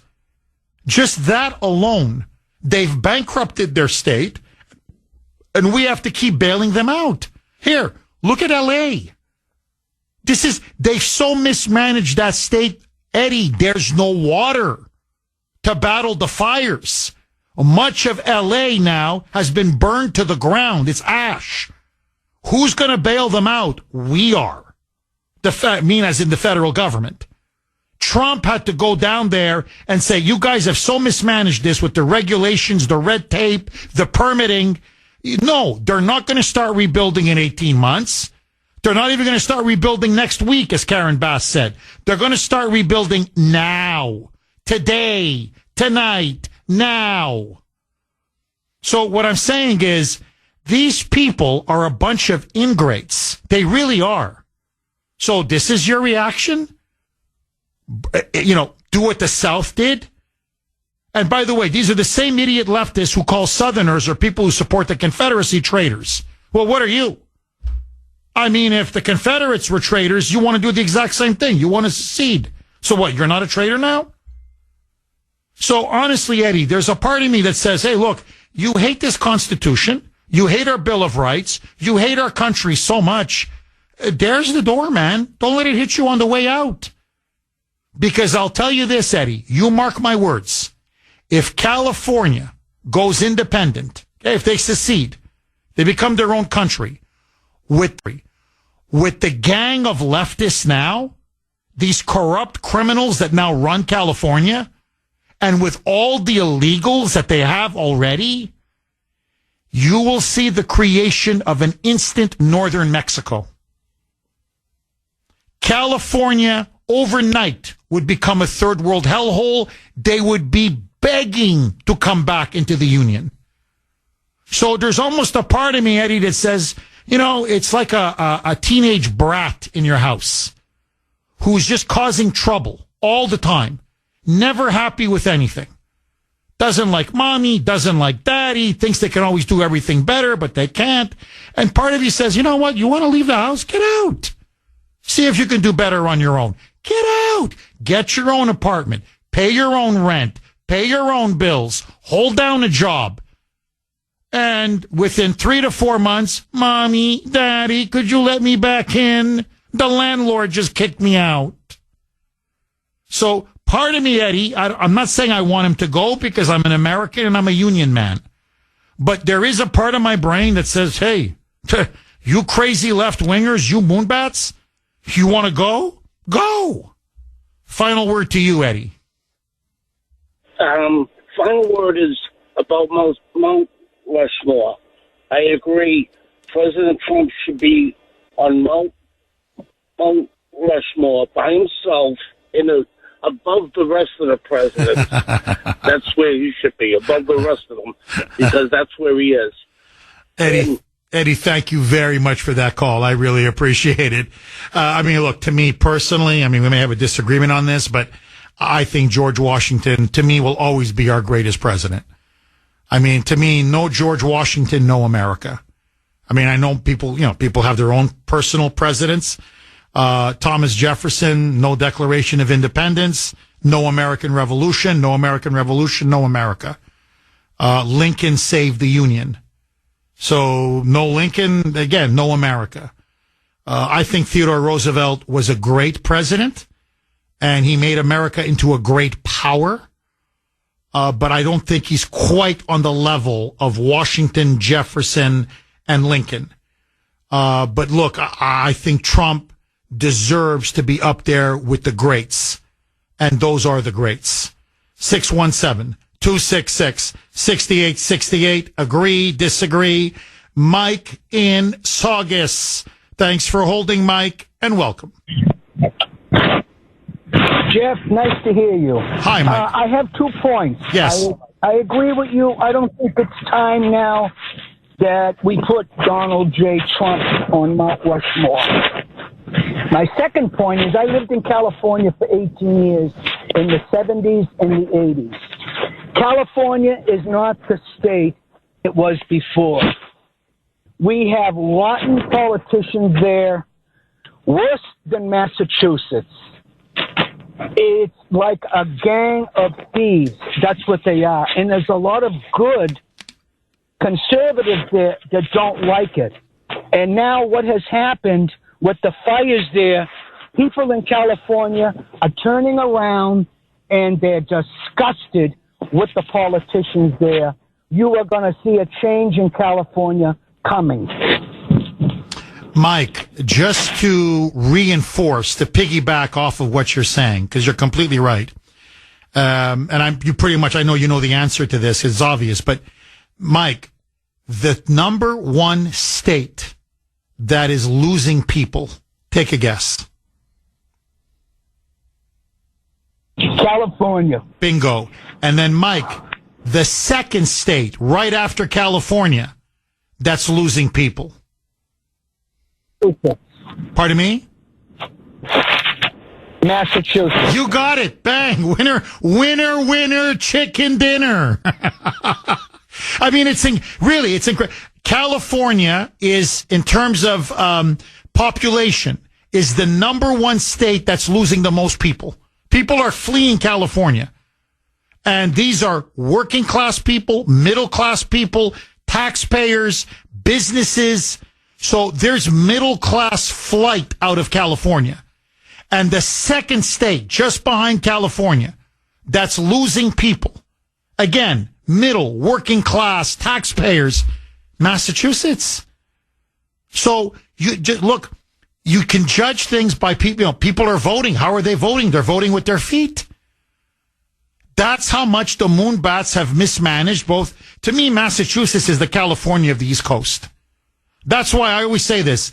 It's always an arms race between who's crazier. It's almost like a competition. They go back and forth. We're going to out Moonbat you. No, we're going to out Moonbat you. So they try to outdo one another and who's crazier.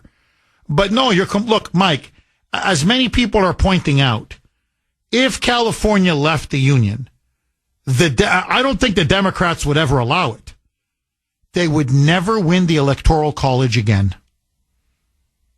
You can even forget about how we won't even need to clean up the voting rolls.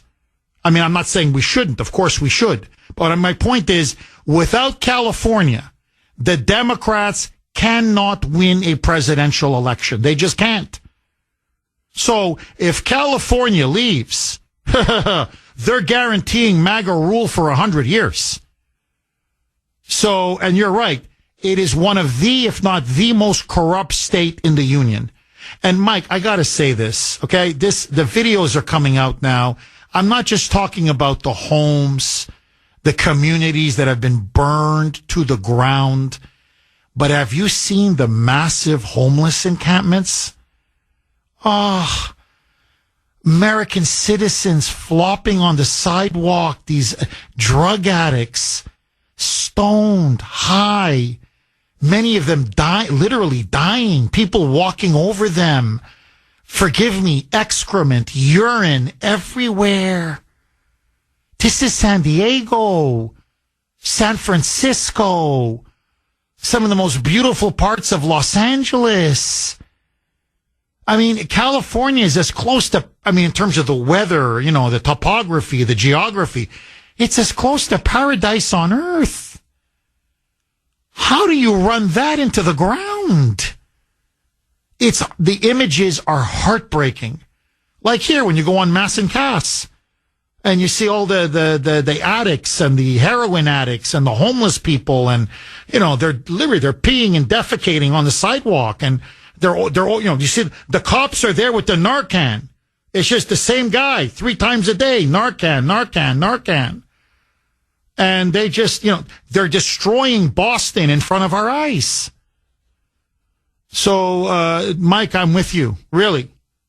You take away California, you take away Massachusetts. I hate to say it. It's addition by subtraction. Honestly, America gets better, not worse. Final word to you, Mike.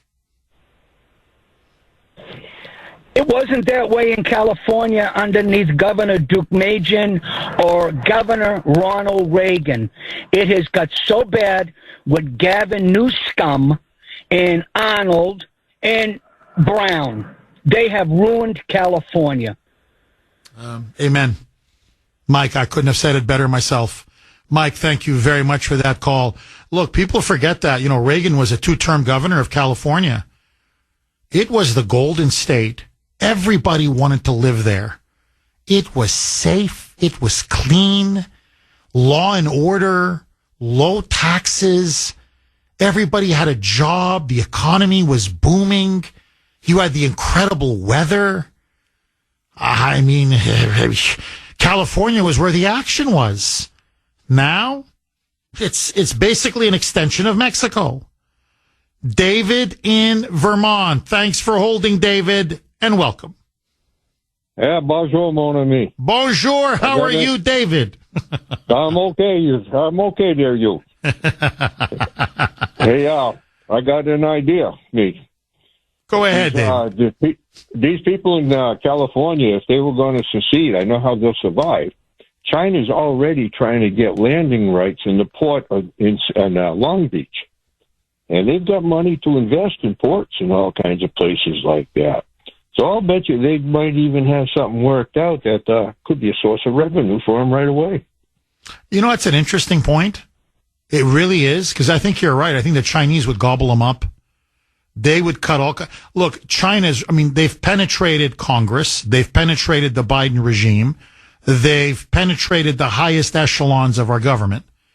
But they have really penetrated California. Politically, economically, there's no institution in California that the Chinese have not infiltrated. And so I think you're right, David. I think they would fall under the influence of China. China's already bought them up. They'd buy them up even more. And I think also they would fall under the control of Mexico. I mean, Mexico would overrun them. Well, in fact, look, just to show you how insane they are, the state of California, they want to create bilingual. I'm not kidding. English and Spanish. Bilingual, bicultural. So, and eventually Spanish will just by sheer population. So it'll eventually become a Spanish-speaking territory if they go down that road. So, and Trump is going to stop it. He's going to restore the border. He's going to start deporting all these illegals. Now that he's really exposed how incompetent and negligent the leadership in California has been, from Newsom down to that commie Karen Bass, I think you're going to start to see Republicans start doing well in California again. It may take a while, but I think people are starting to wake up. But look, to me, it's stunning that they won't even want to break away. I mean, I'm just, and they think they're hurting us.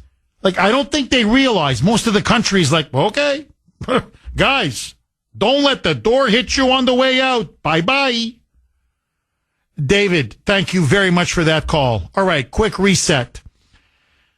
There's now a big push in Congress and among many Trump supporters to put Donald Trump on Mount Rushmore. He's been impeached twice. There were 2 attempted assassinations. He has pulled off the greatest political comeback in American history, arguably in world history. His first term in office, immensely successful. His first 7-8 days in office, no one has had a more successful first week than Trump. Should Trump be put on Mount Rushmore? Yes or no? Do you support it, or do you think it's too early? Betty in Quincy. Thanks for holding, Betty, and welcome. Good morning, Jeff. How's it going? Very good. How are you, Betty? Good. I'm 1,000% yes. Get it going, and I think it should be up there for the 250th. I mean, that would be a party, and then I think they should get busy on building a golden escalator all the way up there. Maybe you could have like a trinket store or, mega stuff all over. I think it would be wonderful. I think he is so deserving. Heck, maybe you could even put it on the Golden Gate Bridge. That would be an idea. Betty, what do you say to the argument he still has, basically 4 years left to finish his term? He should finish his term, complete, 8 years of his presidency, and then judge him by his results then, and then if he deserves it, put him on Mount Rushmore. What say you? No way. That's BS. To do it now. I mean, this guy has been through it. He's single-handedly, he's turned this around. He's got people from every walk of life. I mean, he is so deserving right now. Why wait? Look, you can see the fireworks already. Trump. That's going to be the best party. I hope I can make the cake. Betty, thank you very much for that call. Caroline in New Hampshire. Thanks for holding, Caroline, and welcome. Hi, Jeff. Thanks for taking my call. My pleasure. And I just wanted to say I'm so sorry that you lost your dad as well. Thank you. Thank you. I appreciate it. On my call. So I just want to also mention that with California, there is another movement that I heard of where North wants to break away from South. Yes. And make it actually two separate states. Yes. And the northern part of California is actually the more conservative Yes. part. Yes. And I think that would be great because that releases them from Southern California. They can break away. The other one is that California. Hello? Yeah, keep going. You're on a roll, Caroline. Caroline, just hang on. We'll come right back to you. By the way, she's completely right. Northern California wants to split from Southern California because they don't want to be ruled by the Moonbats. So if California secedes, they're not taking Northern California. Support bills to put Donald Trump, yes, on Mount Rushmore. Congresswoman Anna Paulina Luna from Florida, a MAGA Republican and a rising star in the GOP, is going to introduce a resolution to that effect, a bill, and it's already got a lot of support, not just in the Republican Party, but among many grassroots Trump supporters. It's the Kuhner Country poll question of the day, sponsored by Mario's. So let me repeat it and ask you again. Should Trump be put on Mount Rushmore? A, yes, B, no. You can vote on our webpage, wrko.com/Kuhner, Kuhn as in national ER, or if you prefer, you can vote where on the Kuhner Man's X handle, my handle on X, at the Kuhner Report, all one word. Caroline, you made an excellent point about Northern California, which is much more conservative, wants to create its own state, split away from California, because they're tired of being ruled by the crazy left on the coast. So if California wants to secede from the Union, they're not taking North Carolina or Northern California with them. Please, Caroline, pick up where you left off. Well, not only that, but there's another thing. Gavin Newsom has been talking, but not many people have been picking it up, that he's been saying that California is the Saudi Arabia of lithium.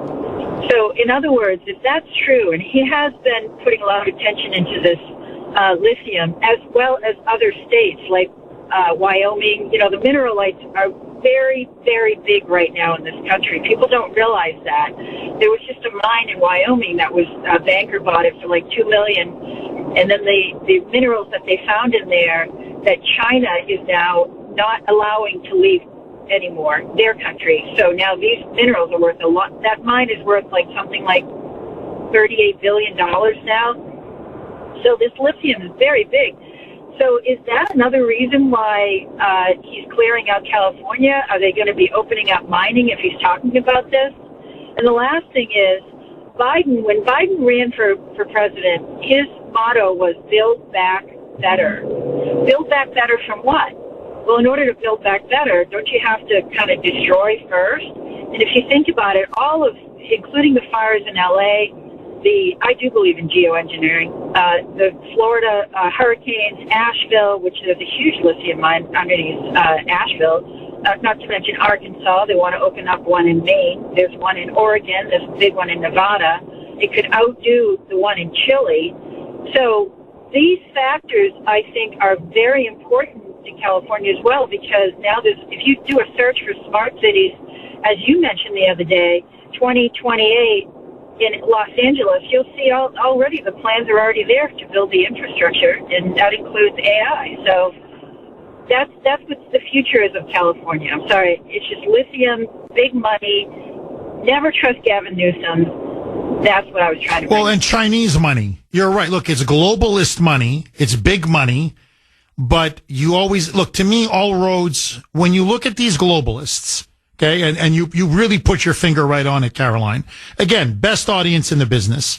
I know, Jeff, how many times are you going to say it? It's true. I don't know what else to tell you. Look, you look at Bill Gates. You look at Soros. You look at Jeff Bezos.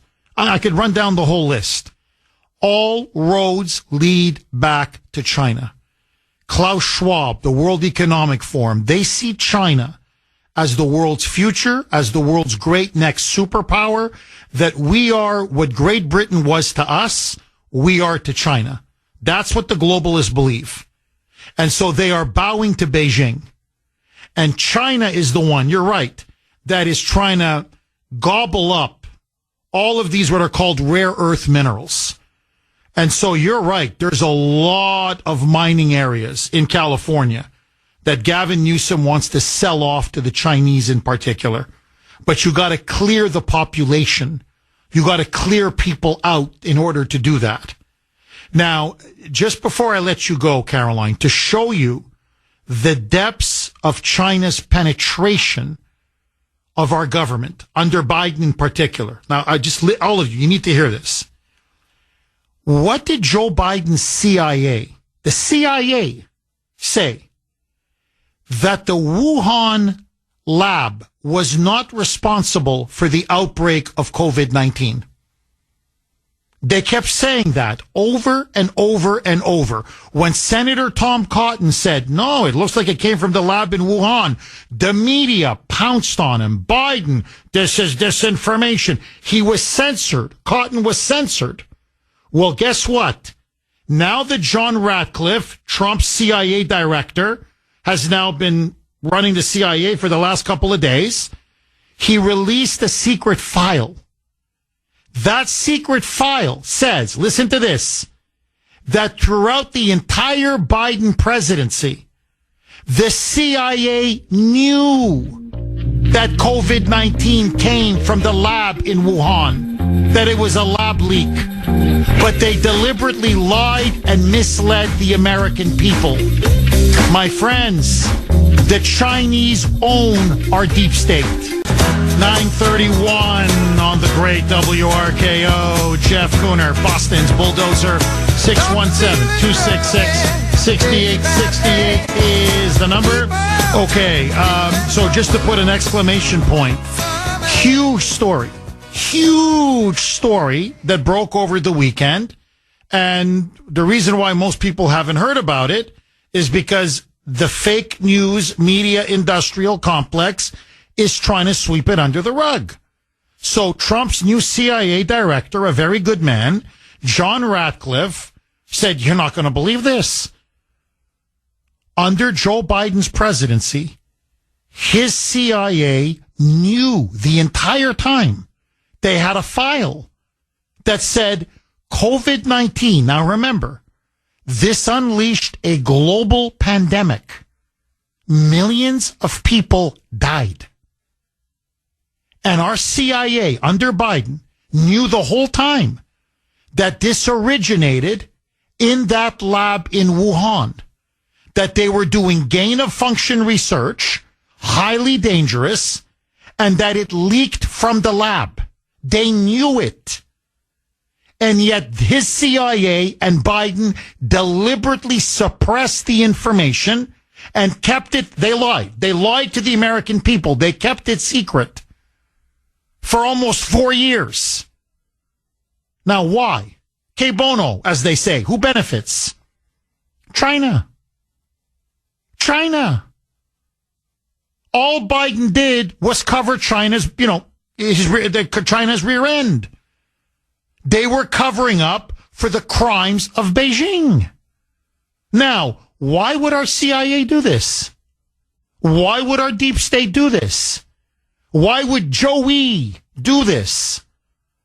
There's only one possible explanation. Because they're bought and paid for by the communist Chinese. And Ratcliffe released, he said, no, like our FBI, our own CIA says, oh, this came from the lab in Wuhan. What are you talking about? Now, what does this have to do with Caroline and mineral rights? And who's in California now looking to gobble up all that lithium? China. Who's looking to gobble up our rare earth materials that we have in places like Wyoming and Arkansas? By the way, in Asheville, okay? A lot of rare earth minerals in Asheville. Hurricane Helene. China. So the communist Chinese, this is not, pie in the sky, have a deliberate, systematic strategy to make themselves the preeminent superpower in the world. And the globalists have aligned with communist China. They believe they are the new Roman Empire. I think they've made a fatal mistake, a fatal misjudgment. But to understand the enemy, you have to understand the enemy. So that's why Gavin Newsom does what he does. That's why think about it. Look, everything Joe Biden did ultimately was to benefit China. I say this all the time. If you wanted to destroy the United States, what would you have done differently than what Joe Biden did? If you were a Manchurian candidate, a Manchurian president for communist China, what would you have done differently? Now, take California. This push now to secede from California. Who do you think is bankrolling this? China. This is flooded with Chinese money because China wants to break the United States apart. And they want a slice of California. I remember Afghanistan. I go back to this. Who ultimately benefited from the fall of Kabul? It was communist China. Our troops weren't even out of Afghanistan, and the Chinese military was in. And I'm not just talking about our top military secrets that they got, our advanced military technology. No, they wanted above all the rare earth minerals underneath the ground.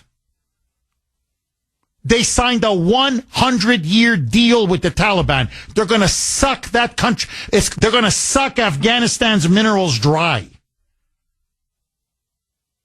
So the communist Chinese under Biden have aggressively expanded their influence, their power, and their reach.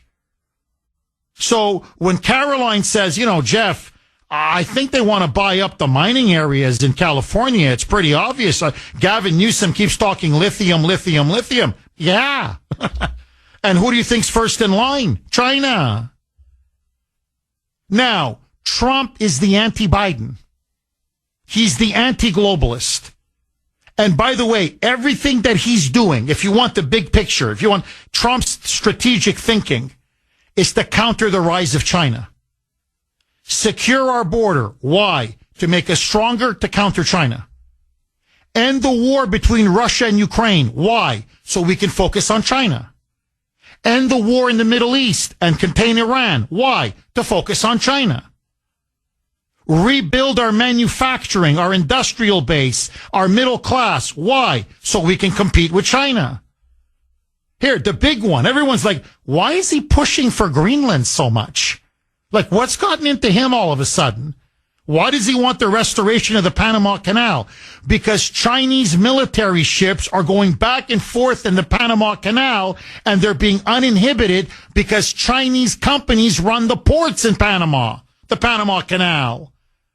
And as for Greenland, they've got a huge deposit of rare earth minerals. And Trump realizes if we're going to compete with China in the 21st century, any military technology now requires rare earth minerals. You can't build a missile, a tank, a fighter jet without rare earth minerals. Electronics, high definition television, cell phones, iPads, computers, it all requires rare earth minerals. So everything Trump is doing is to counter the rise of China. He's like, you guys, boys, you don't understand. We need Greenland, or at least the resources, the rare earth minerals under the ground, so we can compete with China. Trump is the only one that gets it. That's why, if you want my honest opinion, okay, I have no evidence for this. This is pure speculation on my part.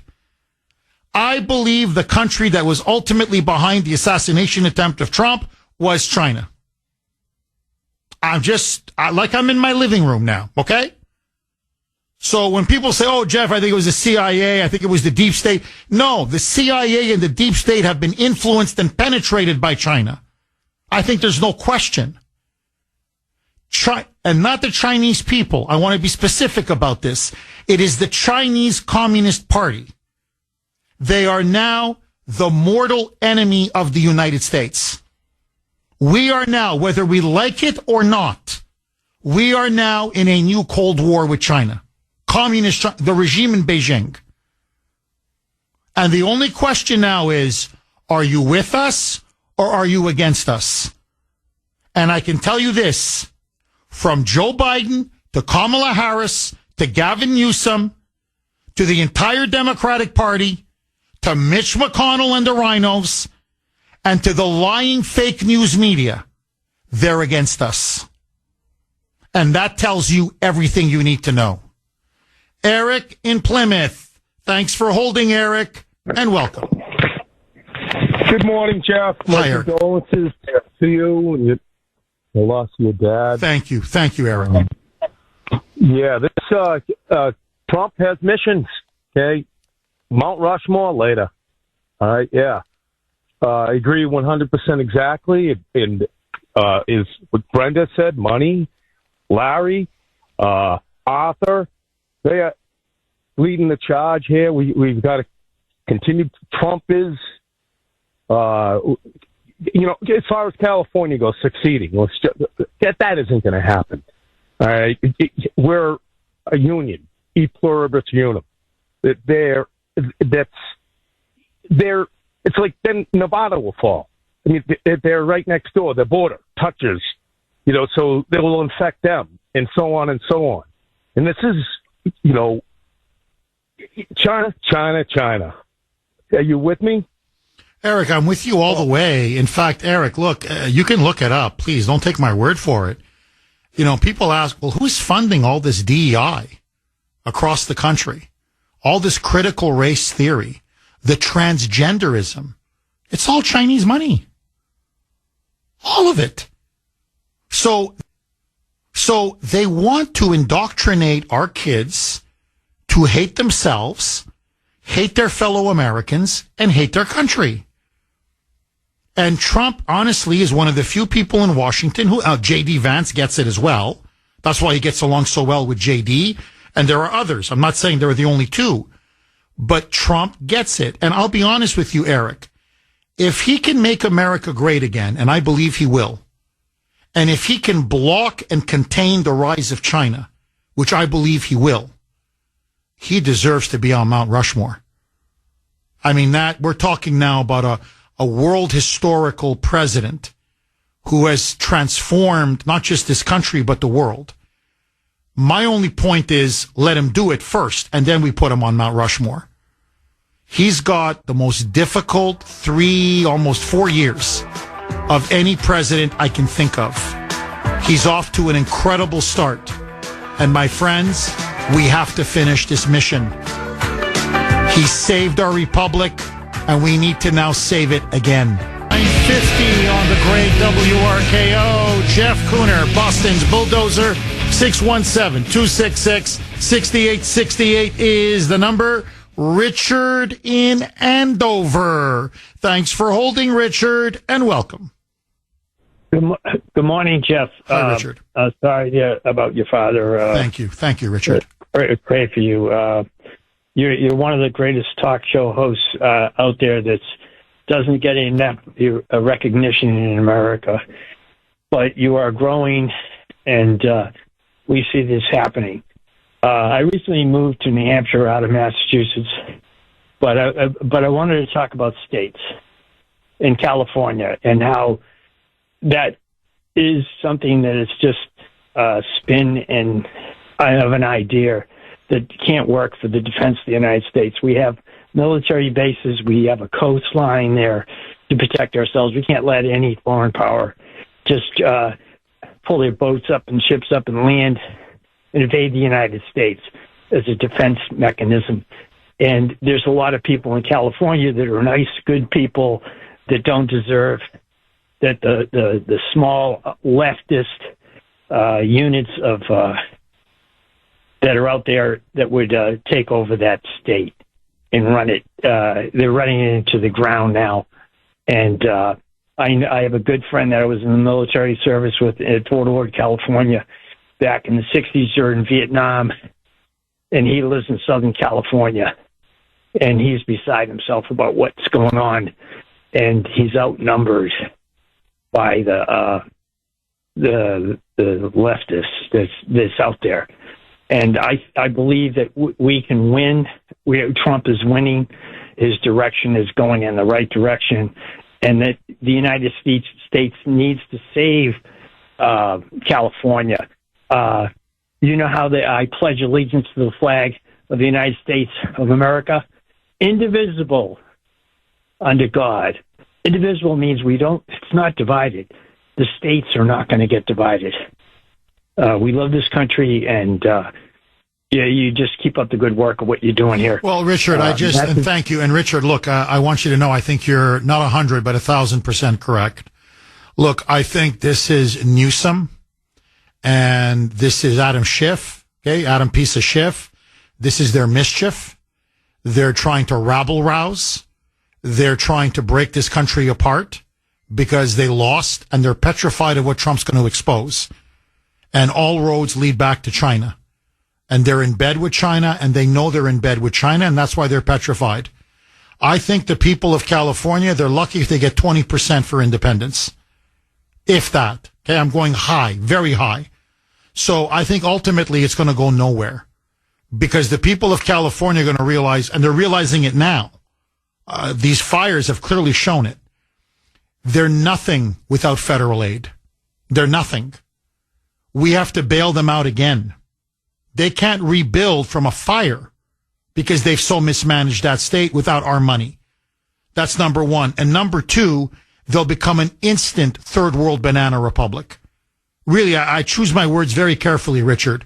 If California ever secedes, and they won't, but let's just play it out hypothetically, they will become an instant northern Mexico. And they know it. Okay, even many moonbats down there, many liberals know it. So no, this is just more resistance against Trump. You know what this is, Richard? This is them saying, look how divided he's made us. California has a ballot initiative. They want to secede from the Union. He's breaking us up. And the obvious rebuttal to that is, no, he's not doing it. You're doing it. And so I'm just telling you, it's not going to work. And notice they're getting more and more desperate, Richard, and more hysterical, and more over the top. They're crying, they're weeping, they're comparing now the deportations of MS-13 gangbangers and murderers and rapists of the Holocaust. Now let's secede. I mean, they're like a child having a temper tantrum. And you know what that means? That shows to me, Richard? Trump's winning. Trump's winning. And the more they behave, the more crazy they are, the more insane they behave, the more people keep coming to our side, Richard. So that's the only disagreement I have with some people. Let them talk. Let them keep talking. You guys want to put it on the ballot? Put it on the ballot. The country is going to laugh at you. And most Californians are going to laugh at you. You know, the truth, as my wife often says, has a very big mouth. The truth is now loud and clear. Biden betrayed us. Trump is saving us. Richard, thank you very much for that call. 1 minute, Jonathan in New Hampshire. I hate to do it to you. Go. That's fine, Jeff. Thanks for letting me on. So just real quick, mine's about the Trump being on Mount Rushmore. I fully agree he should be on Mount Rushmore, but that's not something for our generation to decide. I think it needs to wait until after his term, after he's even passed, just because, again, we don't idolize our leaders like that. We don't make statues of our current sitting leaders like. No, I hear you, Jonathan. Look, maybe it's a little bit too soon. Look, I'm going to make a prediction, okay? I think Trump is going to be such a successful president. He's going to get his face on Mount Rushmore. Airports are going to be renamed after him. Currency, 25 cents, 10 cents. He will go down as the next Abraham Lincoln. I got to go. Bye-bye.